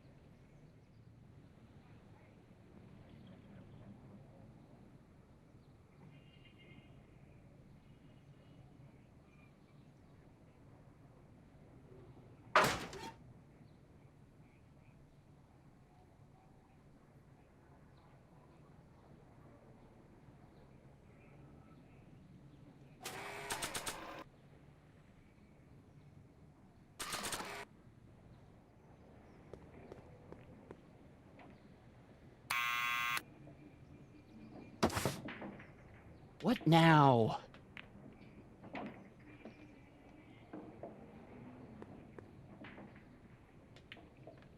It's me again. Please come down. Why?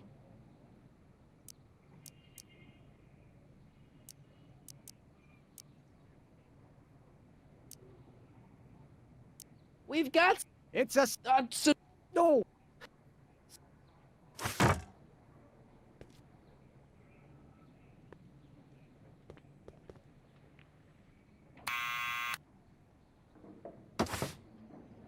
What?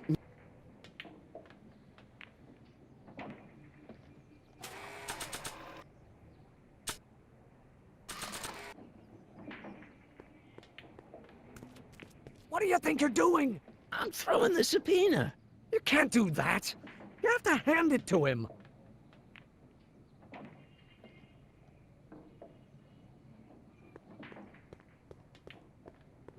I don't need to push it again. Arthur's already there.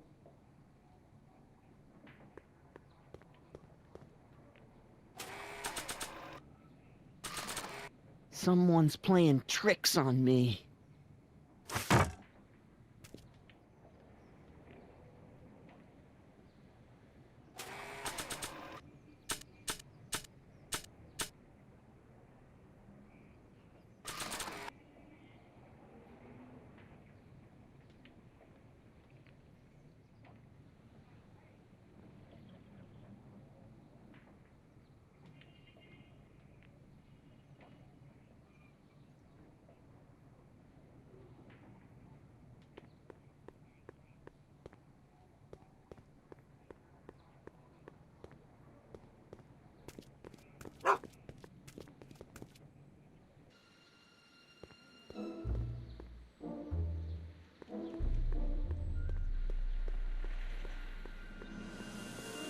Jeez, why are the tannins always so loud and stupid?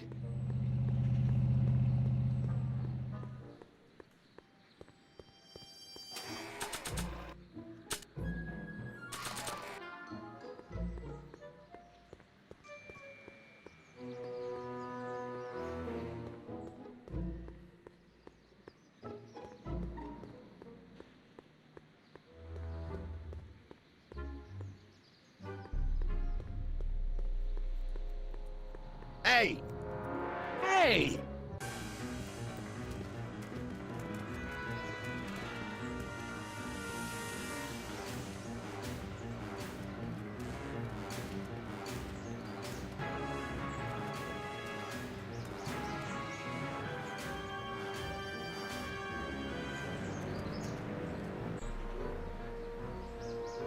Come down from there.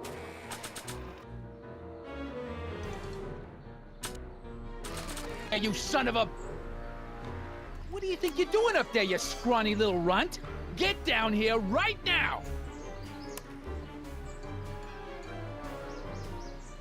Don't make me a... Hey, Einie! Look out, boss. It's that crazy mutt again.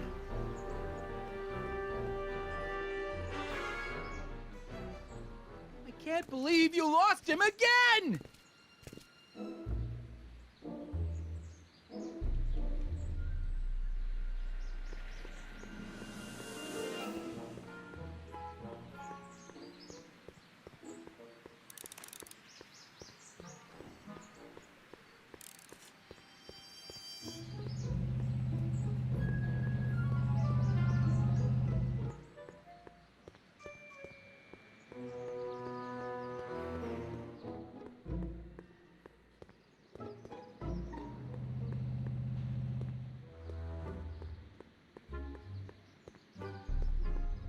I hope Arthur's still...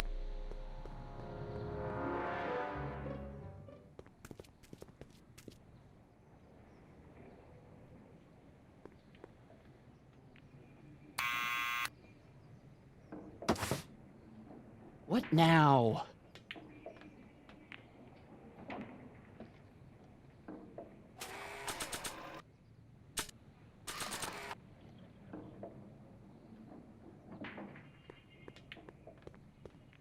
Not sure what that'll do.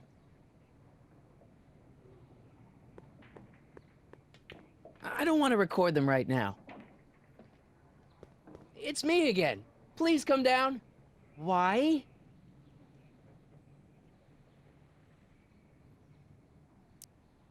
I'm your grand...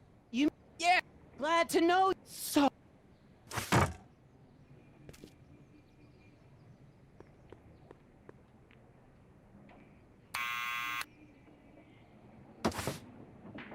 What now?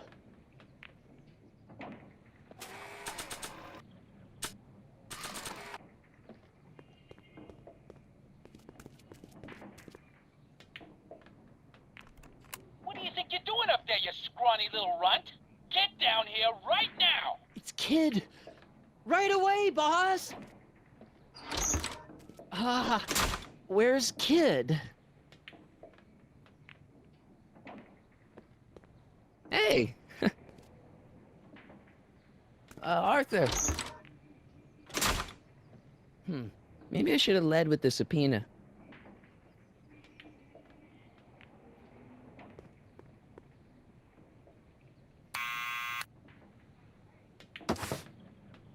What now?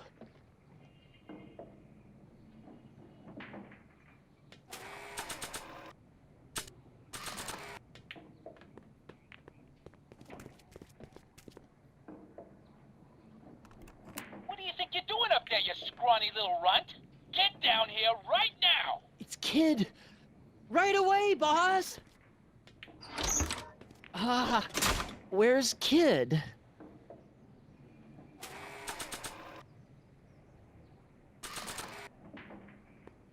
I'll give it back to him after I give him the subpoena.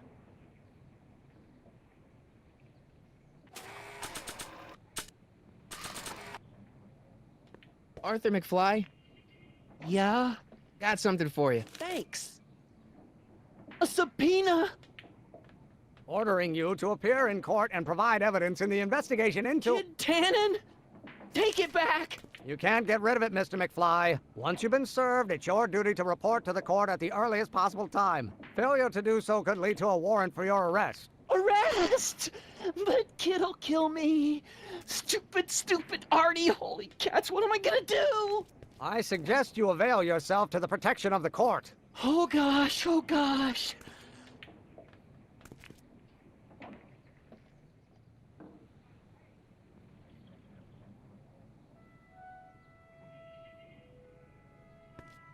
Oh, I hate doing stuff like that. But I won't have to much longer. No? Once we get that 190 proof alcohol and build my rocket drill, my future will be set and I'll be able to quit this crummy job. Oh, right.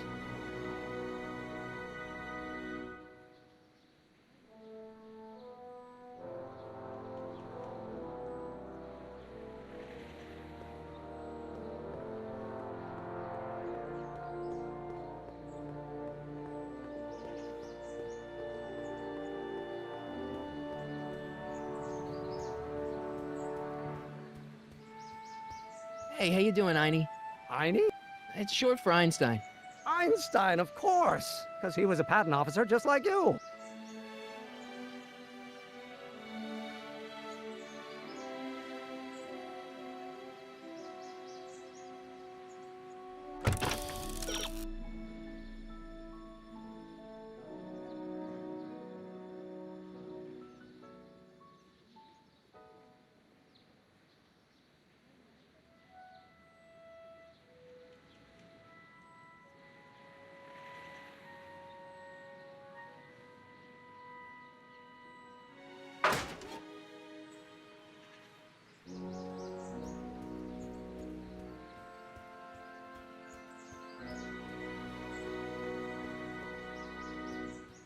Nice bike.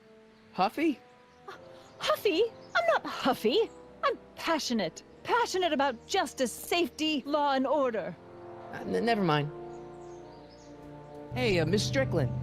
Oh, hello, Mr. Corleone. Try not to draw any undue attention my way. I'm on the trail of a hot new scoop, as we in the newspaper business say. You make hot soup deliveries? It's one of my many small contributions to the good cause. Healthy bodies, healthy souls, or so one hopes. I pick up barrels of hot soup at the kitchen, and I deliver them hither and thither. Hill Valley Orphanage, the St. Francis Xavier Ranch for Unwanted Children, Foggy Mountain Home for the Incurably Insane, Shady Acres Rest Home. Oh, I can barely keep track of them all. It's a very big job. Hey, I can help you deliver soup. I donate a lot of time to charities. Oh? Which ones? The, Mario Brothers. Ah, yes. The Italians do so many good works. If you'll just fix it so I can pick up the barrels of soup. Now hold your horses, let's not get overeager. I drive the soup cycle in this town, and I'm not about to turn it over to an upstart. But if you're well connected with the local charitable institutions, Yeah? you can let me know when they're running low on soup.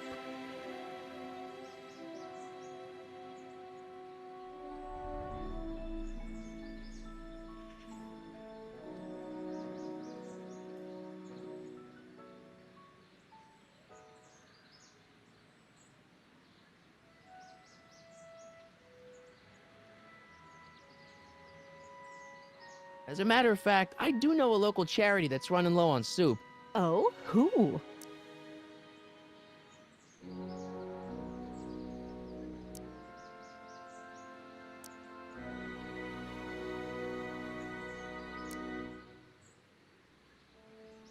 The rest home. Those dear old-timers. Soup is one of the few pleasures they have left.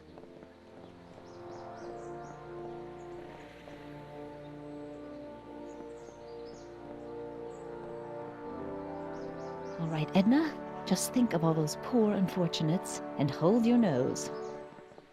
Mr. Donnelly!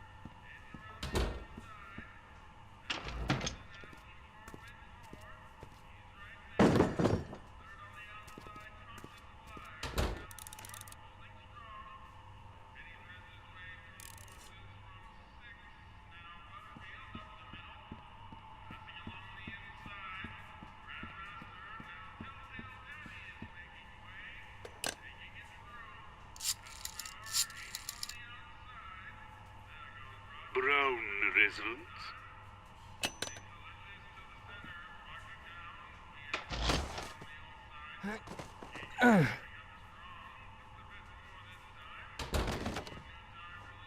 There's no way I'm gonna keep that door open without some help. I better not talk to him. I don't want to mess up his timeline.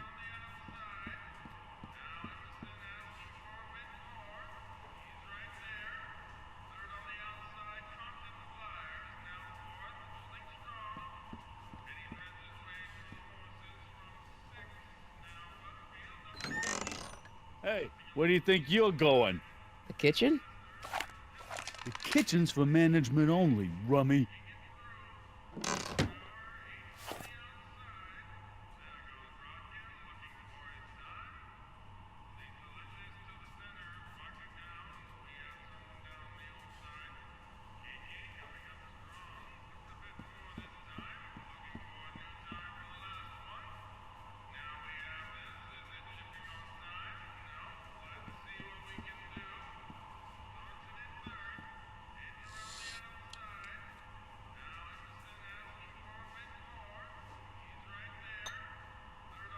Okay, I've got some more ideas about your soup. Do tell. Let's see.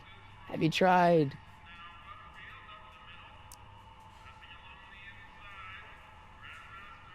paprika? Paprika? I just think it could use a little color. Color? Hmm.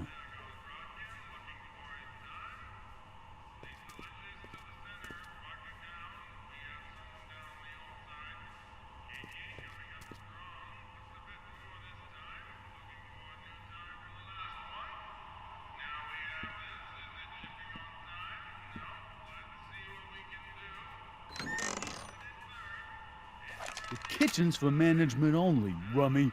Whoa!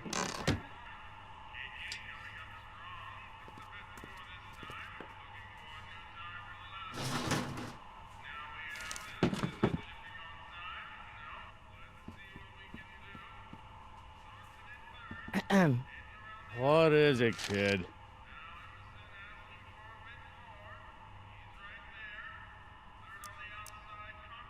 What's a tough guy like Kid Tannen doing running a soup kitchen? Mr. Tannen purchased the soup kitchen from the Sisters of Mercy in an effort to repair his reputation as a respectable community figure after his fine name was besmirched by the malignant and malicious the actions of the misguided vandals that done burned down his place of business. His speakeasy. I cannot confirm nor deny any claims of so-called illegal bootlegging at the Just eat your damn soup, pipsqueak.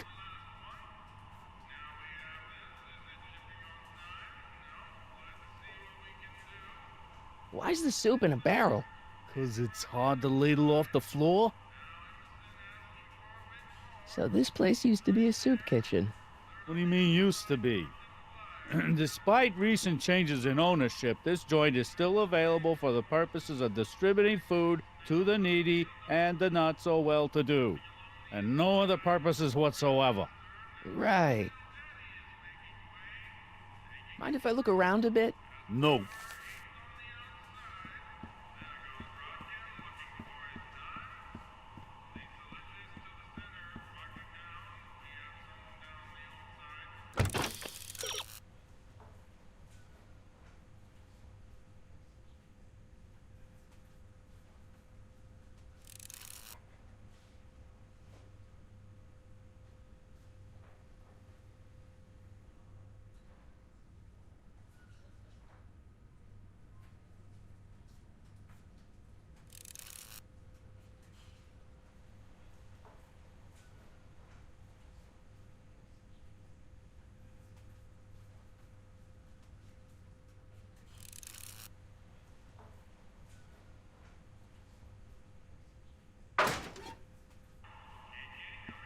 Emmett.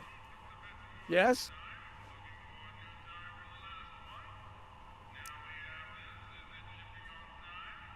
Emmett, I can't get into the door over there. Those tables are jamming it shut. The door? So your plan is to just waltz in there and take a barrel of alcohol? No, of course not. That would be stupid, right? I'll say. Still, I'd like to get that door open. I can't do anything from out here. Well, it's a simple matter of physics. A lever, some sort of stop. Let me see what I can come up with.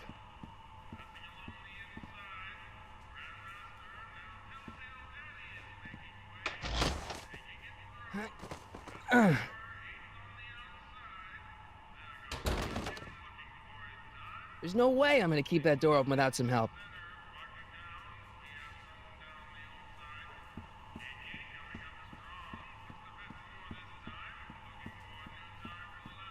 Eureka! Looks like these pipes go into the basement.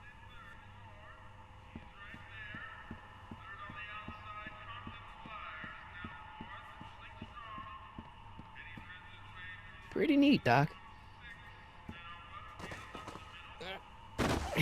Nope. I'm still not getting through here. But at least those tables are propped up now.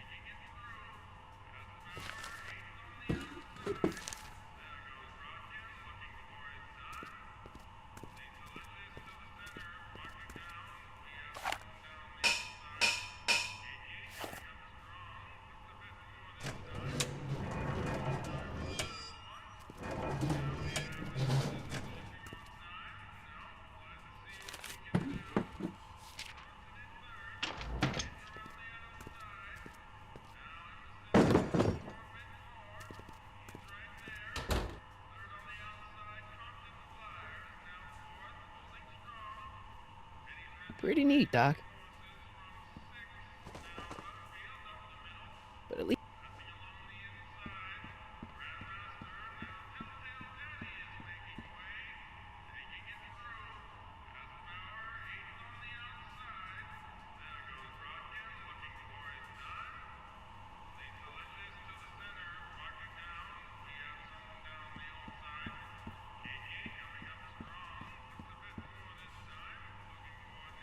Emmett.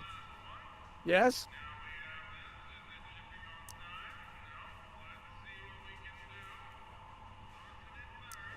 Obviously, this kitchen isn't the speakeasy. Indeed. This must be some sort of front meant to cleverly and legally obfuscate the existence of a hidden establishment of ill repute. Perhaps in the basement. Right, that might explain the elevator.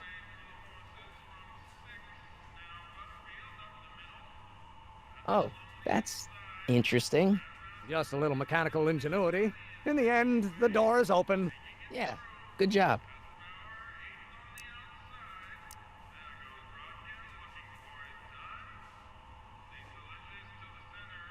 Any ideas about how to get the hooch? Yeah. No, I have any. No, What? Well, we'll score that hooch somehow. I'll keep cogitating.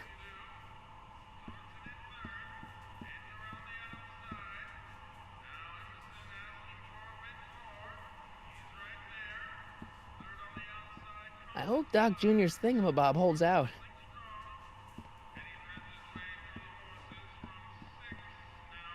I better not talk to him. I don't want to mess up.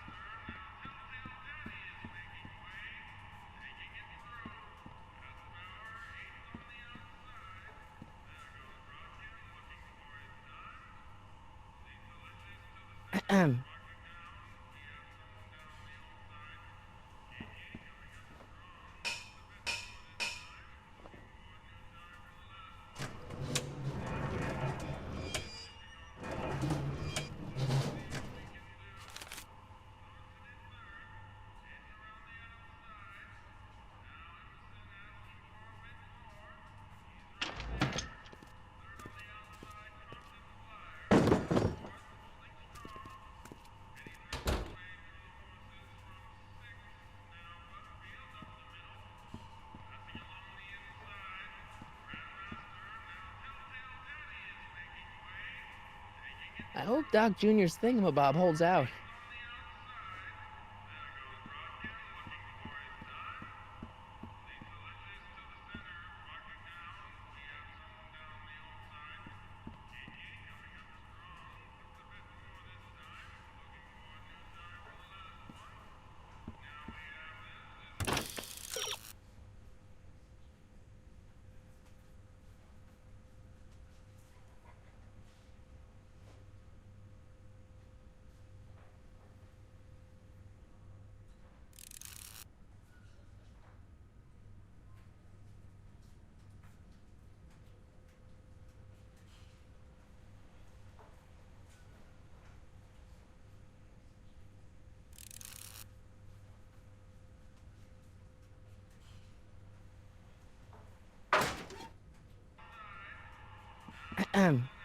What is it, kid? I still think the soup needs more flavor.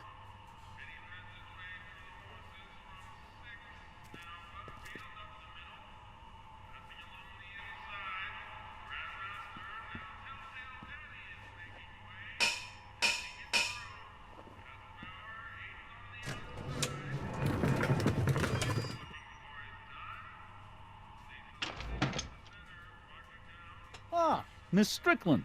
Come for some more soup? Come now, Mr. Donnelly. You know I wouldn't set one foot in this mockery of all that is good and decent if the poor of Hill Valley weren't so dependent on Mr. Tannen's overblown show of generosity. Was that a yes? Just give me the soup before I gag on the hypocrisy.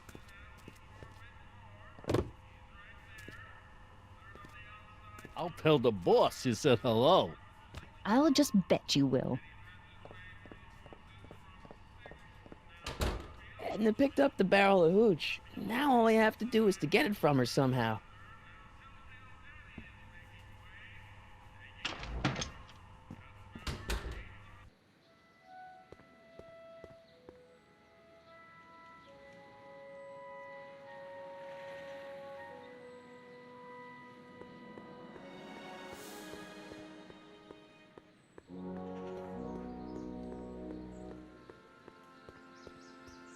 Hey, Miss Strickland. Oh, hello, Mr. Corleone. I'm afraid I haven't much time. The meeting of the Stay Sober Society is due to begin very soon.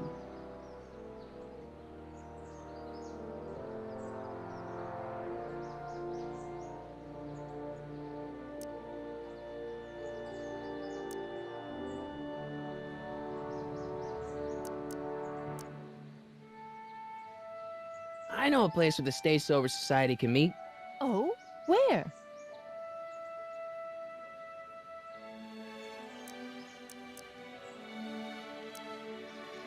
The Brown residence. You mean Judge Brown's place? Yeah, I happen to be good friends with his son Emmett, and he's told me the judge would love to lend his place out for, you know, good causes like yours. Really? Why, that's the most generous, public-spirited offer I've received in a month of Sundays. Please, tell your friend Emmett we accept. And the offer couldn't have come at a better moment. It's almost time for the meeting to begin.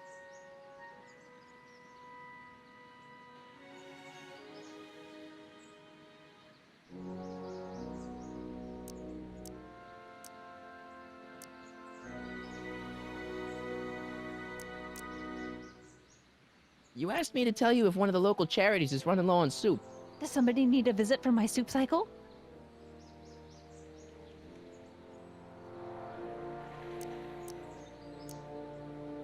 The Stay Sober Society. That's right! They'll soon be gathering at the Brown estate, and we haven't provided refreshments.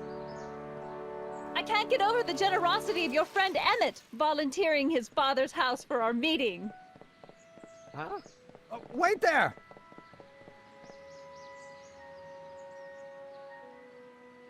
Michael! What in the name of Thomas Alva Edison do you think you're doing? Don't you get it? You need alcohol to run your drill, right? Those bootleggers at the soup kitchen won't let us get our hands on any of their hooch. But we can get Miss Strickland to pick it up for us and deliver it right to your door. No, out of the question. Why? I can't just let strangers invade my parents' house. What do we know about these people?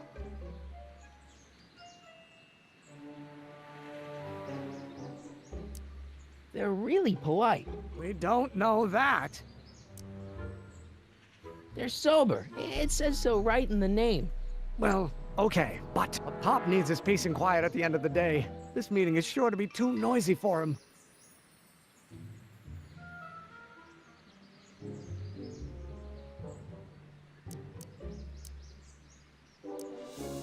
So get your dad a pair of earplugs. I can't tell my father to wear earplugs.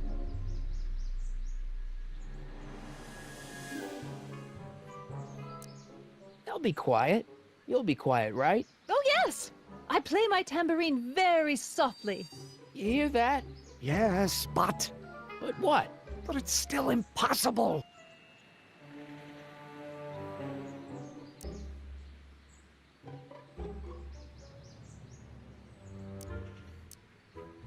But think of the Stay Sober Society. What'll happen to them? They can all fall off the wagon for all I care.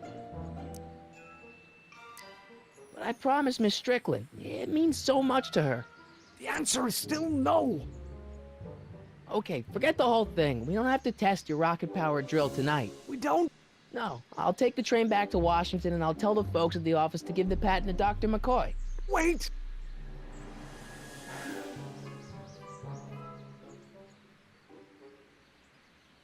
You will instruct the members of the society to wipe their feet before they come inside.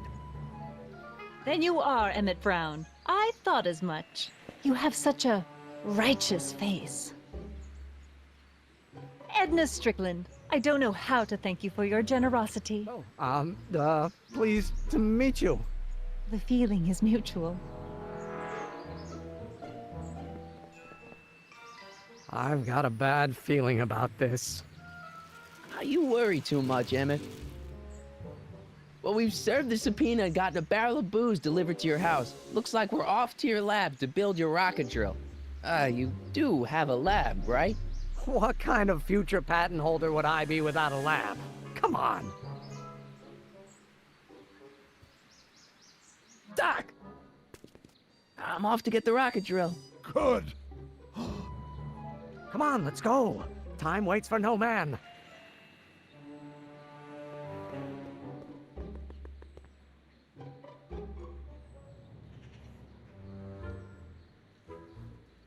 Are you sure this is gonna work, Emmett? Don't let the ramshackle nature of my laboratory fool you. If all goes according to plan, we'll soon be in possession of the most powerful rocket fuel known to man. That's great. How? Well, it's very simple.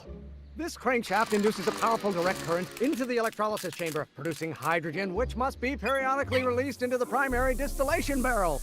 While tending to the hydrogen, we'll also need to regularly sprinkle these shredded protein flakes into this aquarium of tuberbacteria to generate the necessary nitrogen to catalyze the reaction. Cool. Oh, hot! Extremely hot! The temperature of the reaction must be kept at a steady temperature of 623 degrees Kelvin by carefully pumping these bellows. Any questions?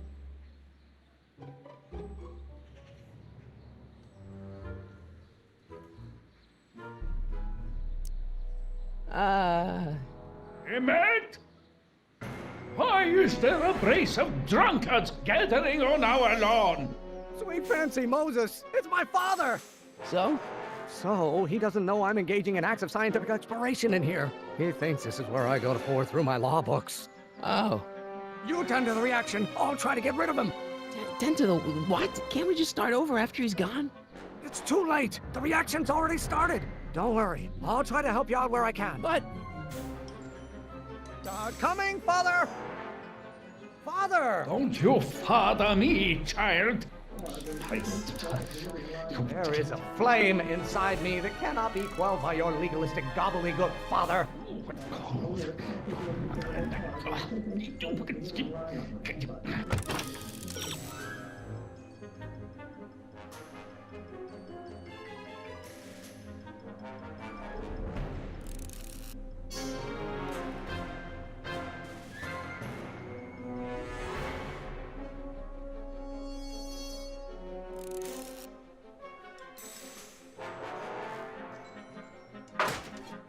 Someday you are going to you will have to learn.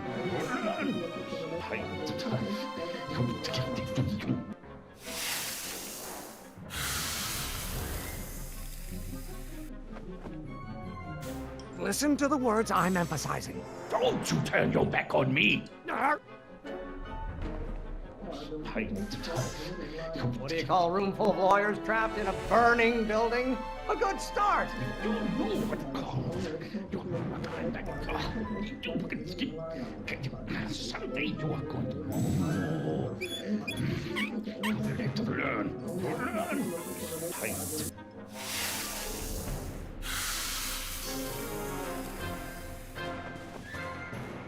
What did you do? Emmett, who are you talking to in there? No one, Father. Can't you see this is eating me up inside? You don't know what someday you are going to I have no idea what kind of pressure I'm under. To learn.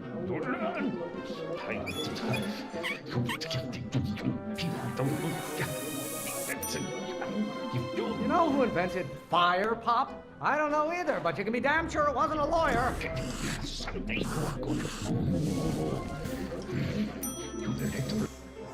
Excellent. Now twist the valve there. Great. We're about a quarter of the way home. Emmett, get back here! Oops. You're going to find out. Why don't you go feed the ducks, Father? I hope someday you have children and you will... Law may be your burning passion, Father, but it is not mine.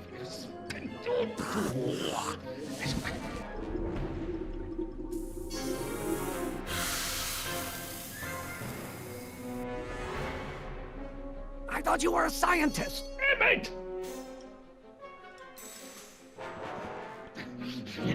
You're going to find out. You don't get to control my life just because you fed and clothed me for 17 years. Hey, you have children and you will look I don't... Yes, my son, I don't coffee. Stop getting so hot under the collar, Pop. Himmel, mein Blutpressure.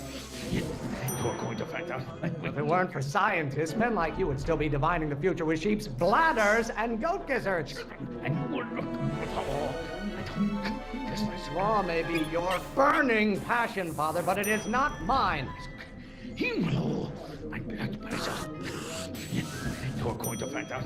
This may come as a shock to you, Pop, but not everyone wants to be a lawyer. I hope someday you have children and you will look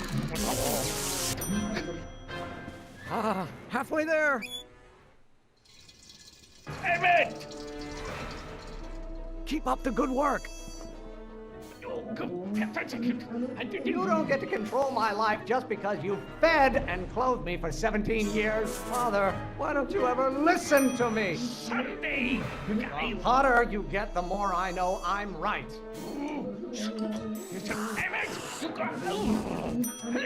This may come as a shock to you, Pop, but not everyone wants to be a lawyer.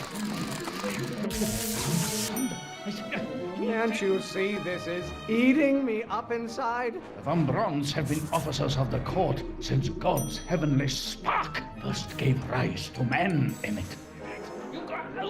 Maybe I should just get struck by lightning. Would that make you happy? Law? What use is a microorganism for law? Sunday! Almost there. Emmett! Coming, Father! Why should I honor your wishes? You treat me like common bacteria. I strongly object to the current of this conversation, Father. Law? What use is a microorganism for law? If it weren't for scientists, men like you would still be divining the future with sheep's bladders and goat gizzards. You know who invented fire, Pop? I don't know either, but you can be damn sure it wasn't a lawyer. You are going to learn, boy. Maybe I should just get struck by lightning. Would that make you happy? Why won't you release me from your unattainable expectations? Why are you always bellowing at me? You don't get to control my life just because you fed and clothed me for 17 years. I strongly object to the current of this conversation, Father. You really want to vent our dirty laundry in public like this? I'm afraid we'll have to take this up later, Pop. My soup's about to boil over. What? This isn't over, young man. Whew. Are you okay? You and your dad sounded... It was an argument we should have had a long time ago. We... Oh! Oh! What?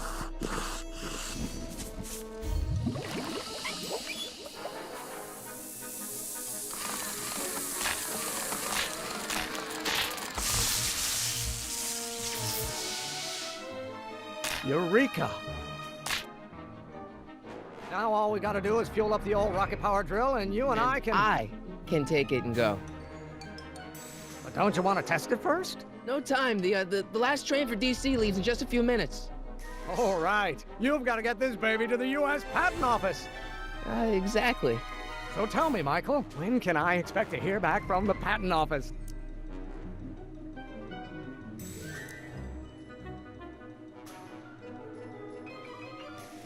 Oh, in about, I'd say... I can't. Huh? Emmett, I'm not from the patent office. I don't understand. I lied to you, but I didn't want to. It was the only way I can get you to trust me. See, there's somebody who's in big trouble. Someone very important to me, to both of us. I can't tell you who, but I need to save him tonight, and I need your invention to do it.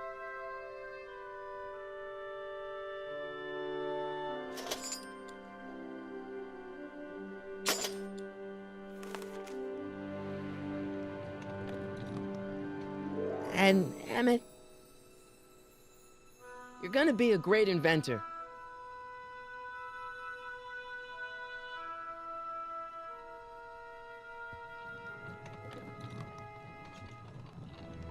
Wait! Keep the throttle at about 8.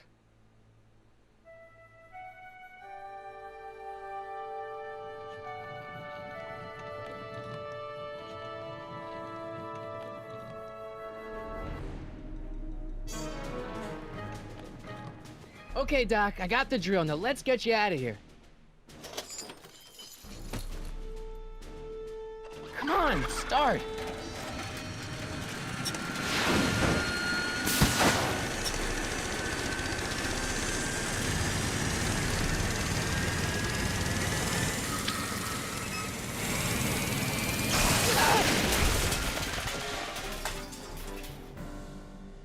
Mr. Corleone! You're too late! Too late? The doc's not supposed to be... Doc! They're moving him to another facility for safekeeping! Oh, I better go get a quote from the police chief.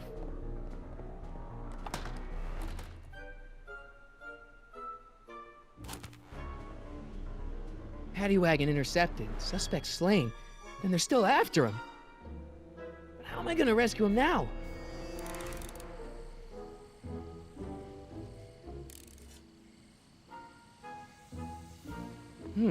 At least the rocket part came out of this in one piece.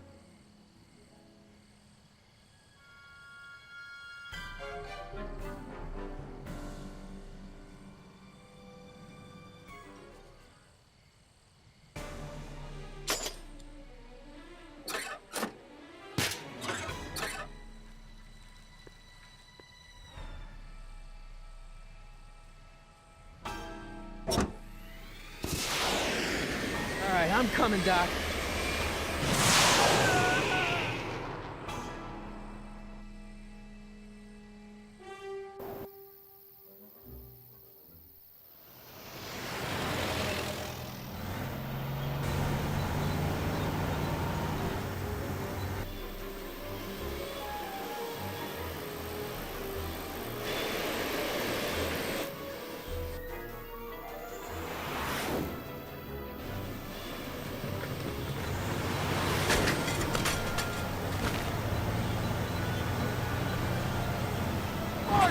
You're still in danger, Doc. I'm gonna get you out of here.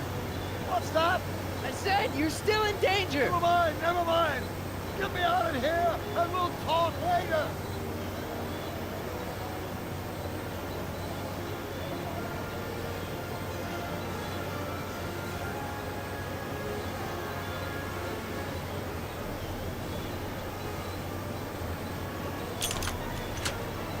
They're locked.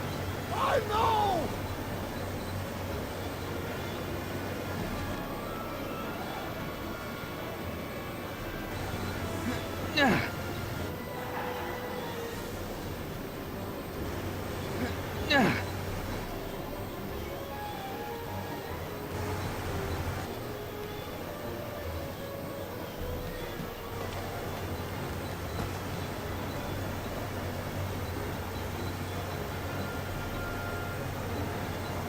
Don't worry, Doc. I'll get you out. Be careful, buddy.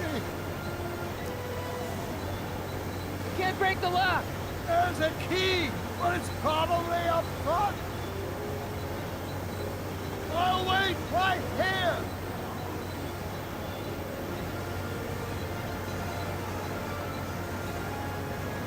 What's he doing here? Keys. The window's shut tight.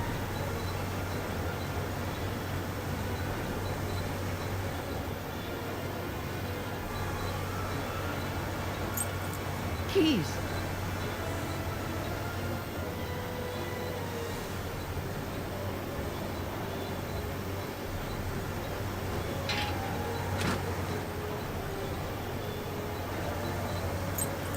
Keys.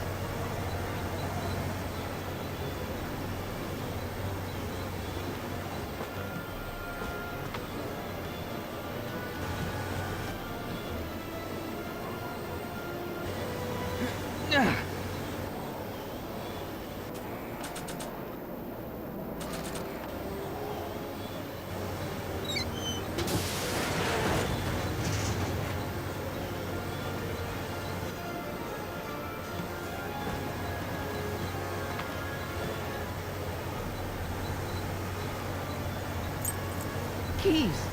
How do I get him?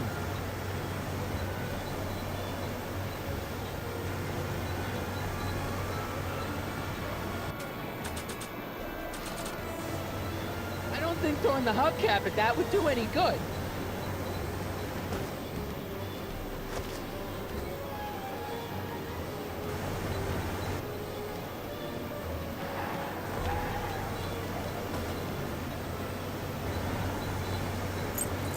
Keys.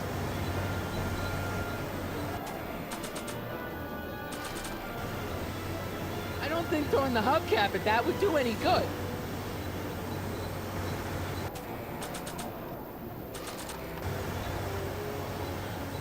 think throwing the hubcap at that would do any good.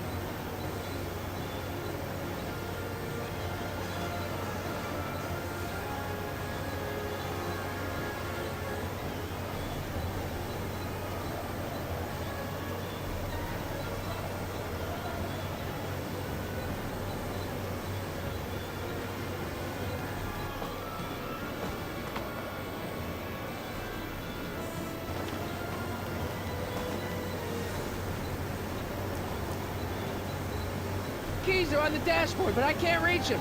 You need a protraction appurtenance. What? A reach extender.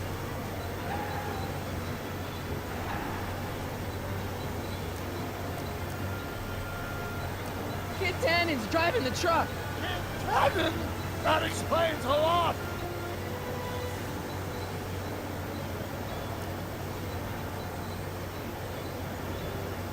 I'll be back.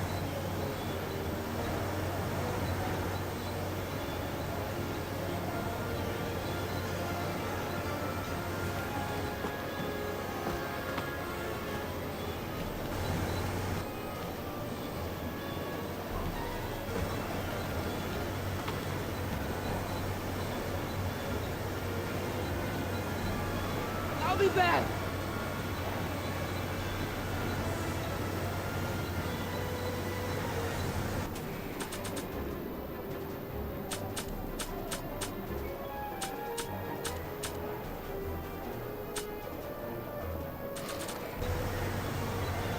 I don't think throwing the hubcap at that would do any good.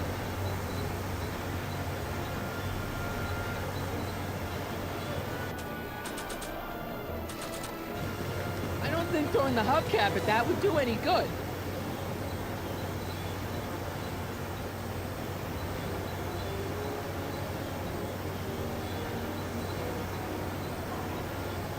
I need something to open that door. Keys are on the dashboard, but I can't reach them. You need a protraction appurtenance. What?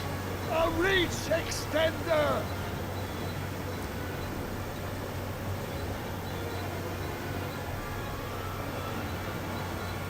Can't break the lock.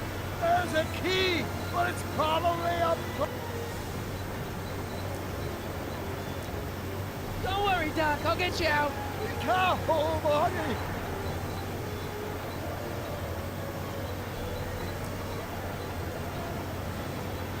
I'll be back.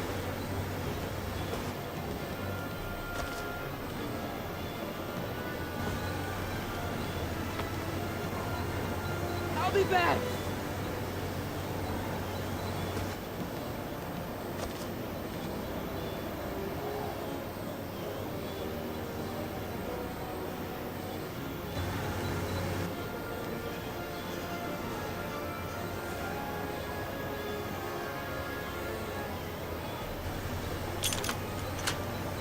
They won't budge. They won't budge.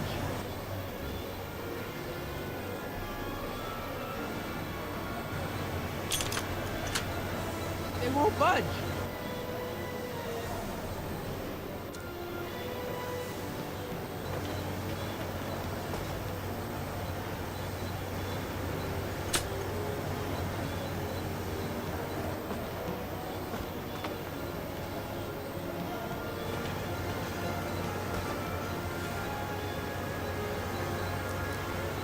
Keys are on the dashboard, but I can't reach them. You need a protraction appurtenance. What? A reach extender.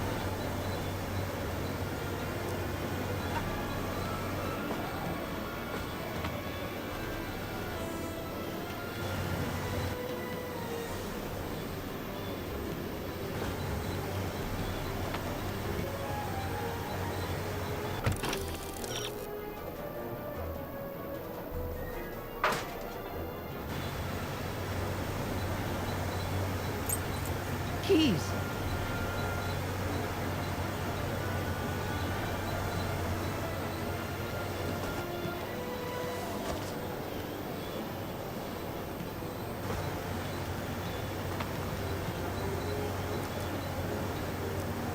Keys are on the dashboard, but I can't reach them. You need a protraction appurtenance! What? A reach extender! You can't break the lock! There's a key, but it's... Don't worry, Doc. I'll get you out. Be careful, Marty! I'll be back.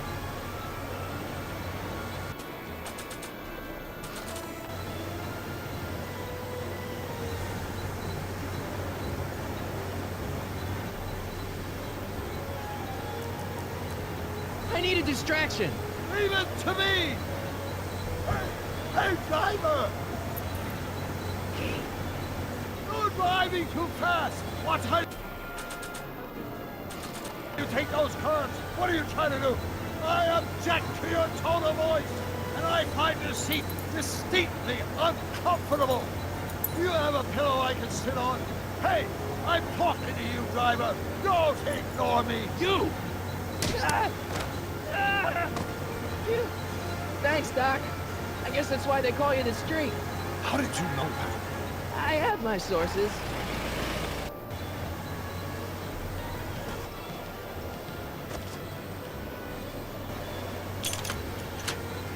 They won't budge.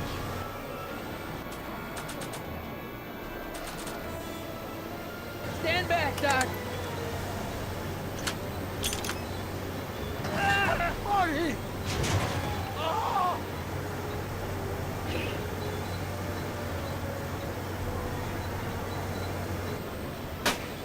How many bullets has he got in that thing?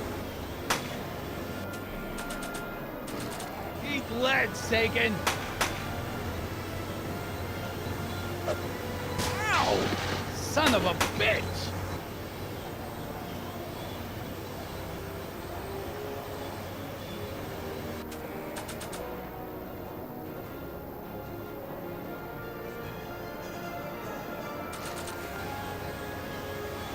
How you doing, Doc?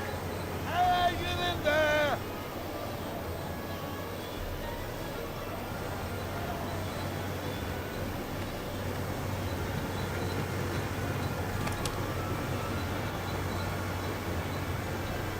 We need something to get rid of these cops!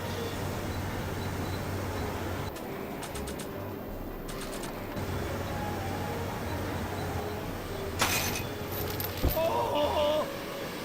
This is a rescue! That's the idea.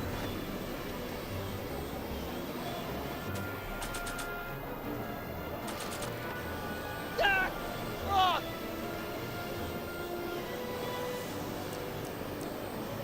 Doc! The throttle! What? Oh!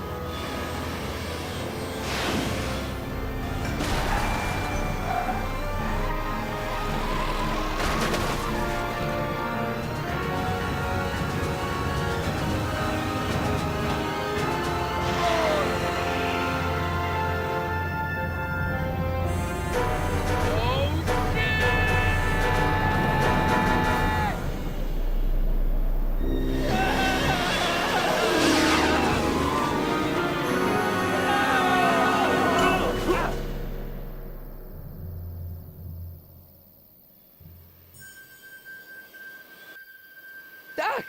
Are you okay? I'm fine. But I wonder what sorts of bizarre repercussions my younger self's invention of a flying bicycle will have on the timeline. Did you know that would happen? I had a suspicion. I never could keep those rockets from exploding. So, what do we do now? Now we get back to 1986 before our interactions with the past inevitably cascade into a calamitous future. Where'd you leave Einstein? Doc? He's not in the pound, is he? No, but I think we've got bigger problems right now. Great Scott!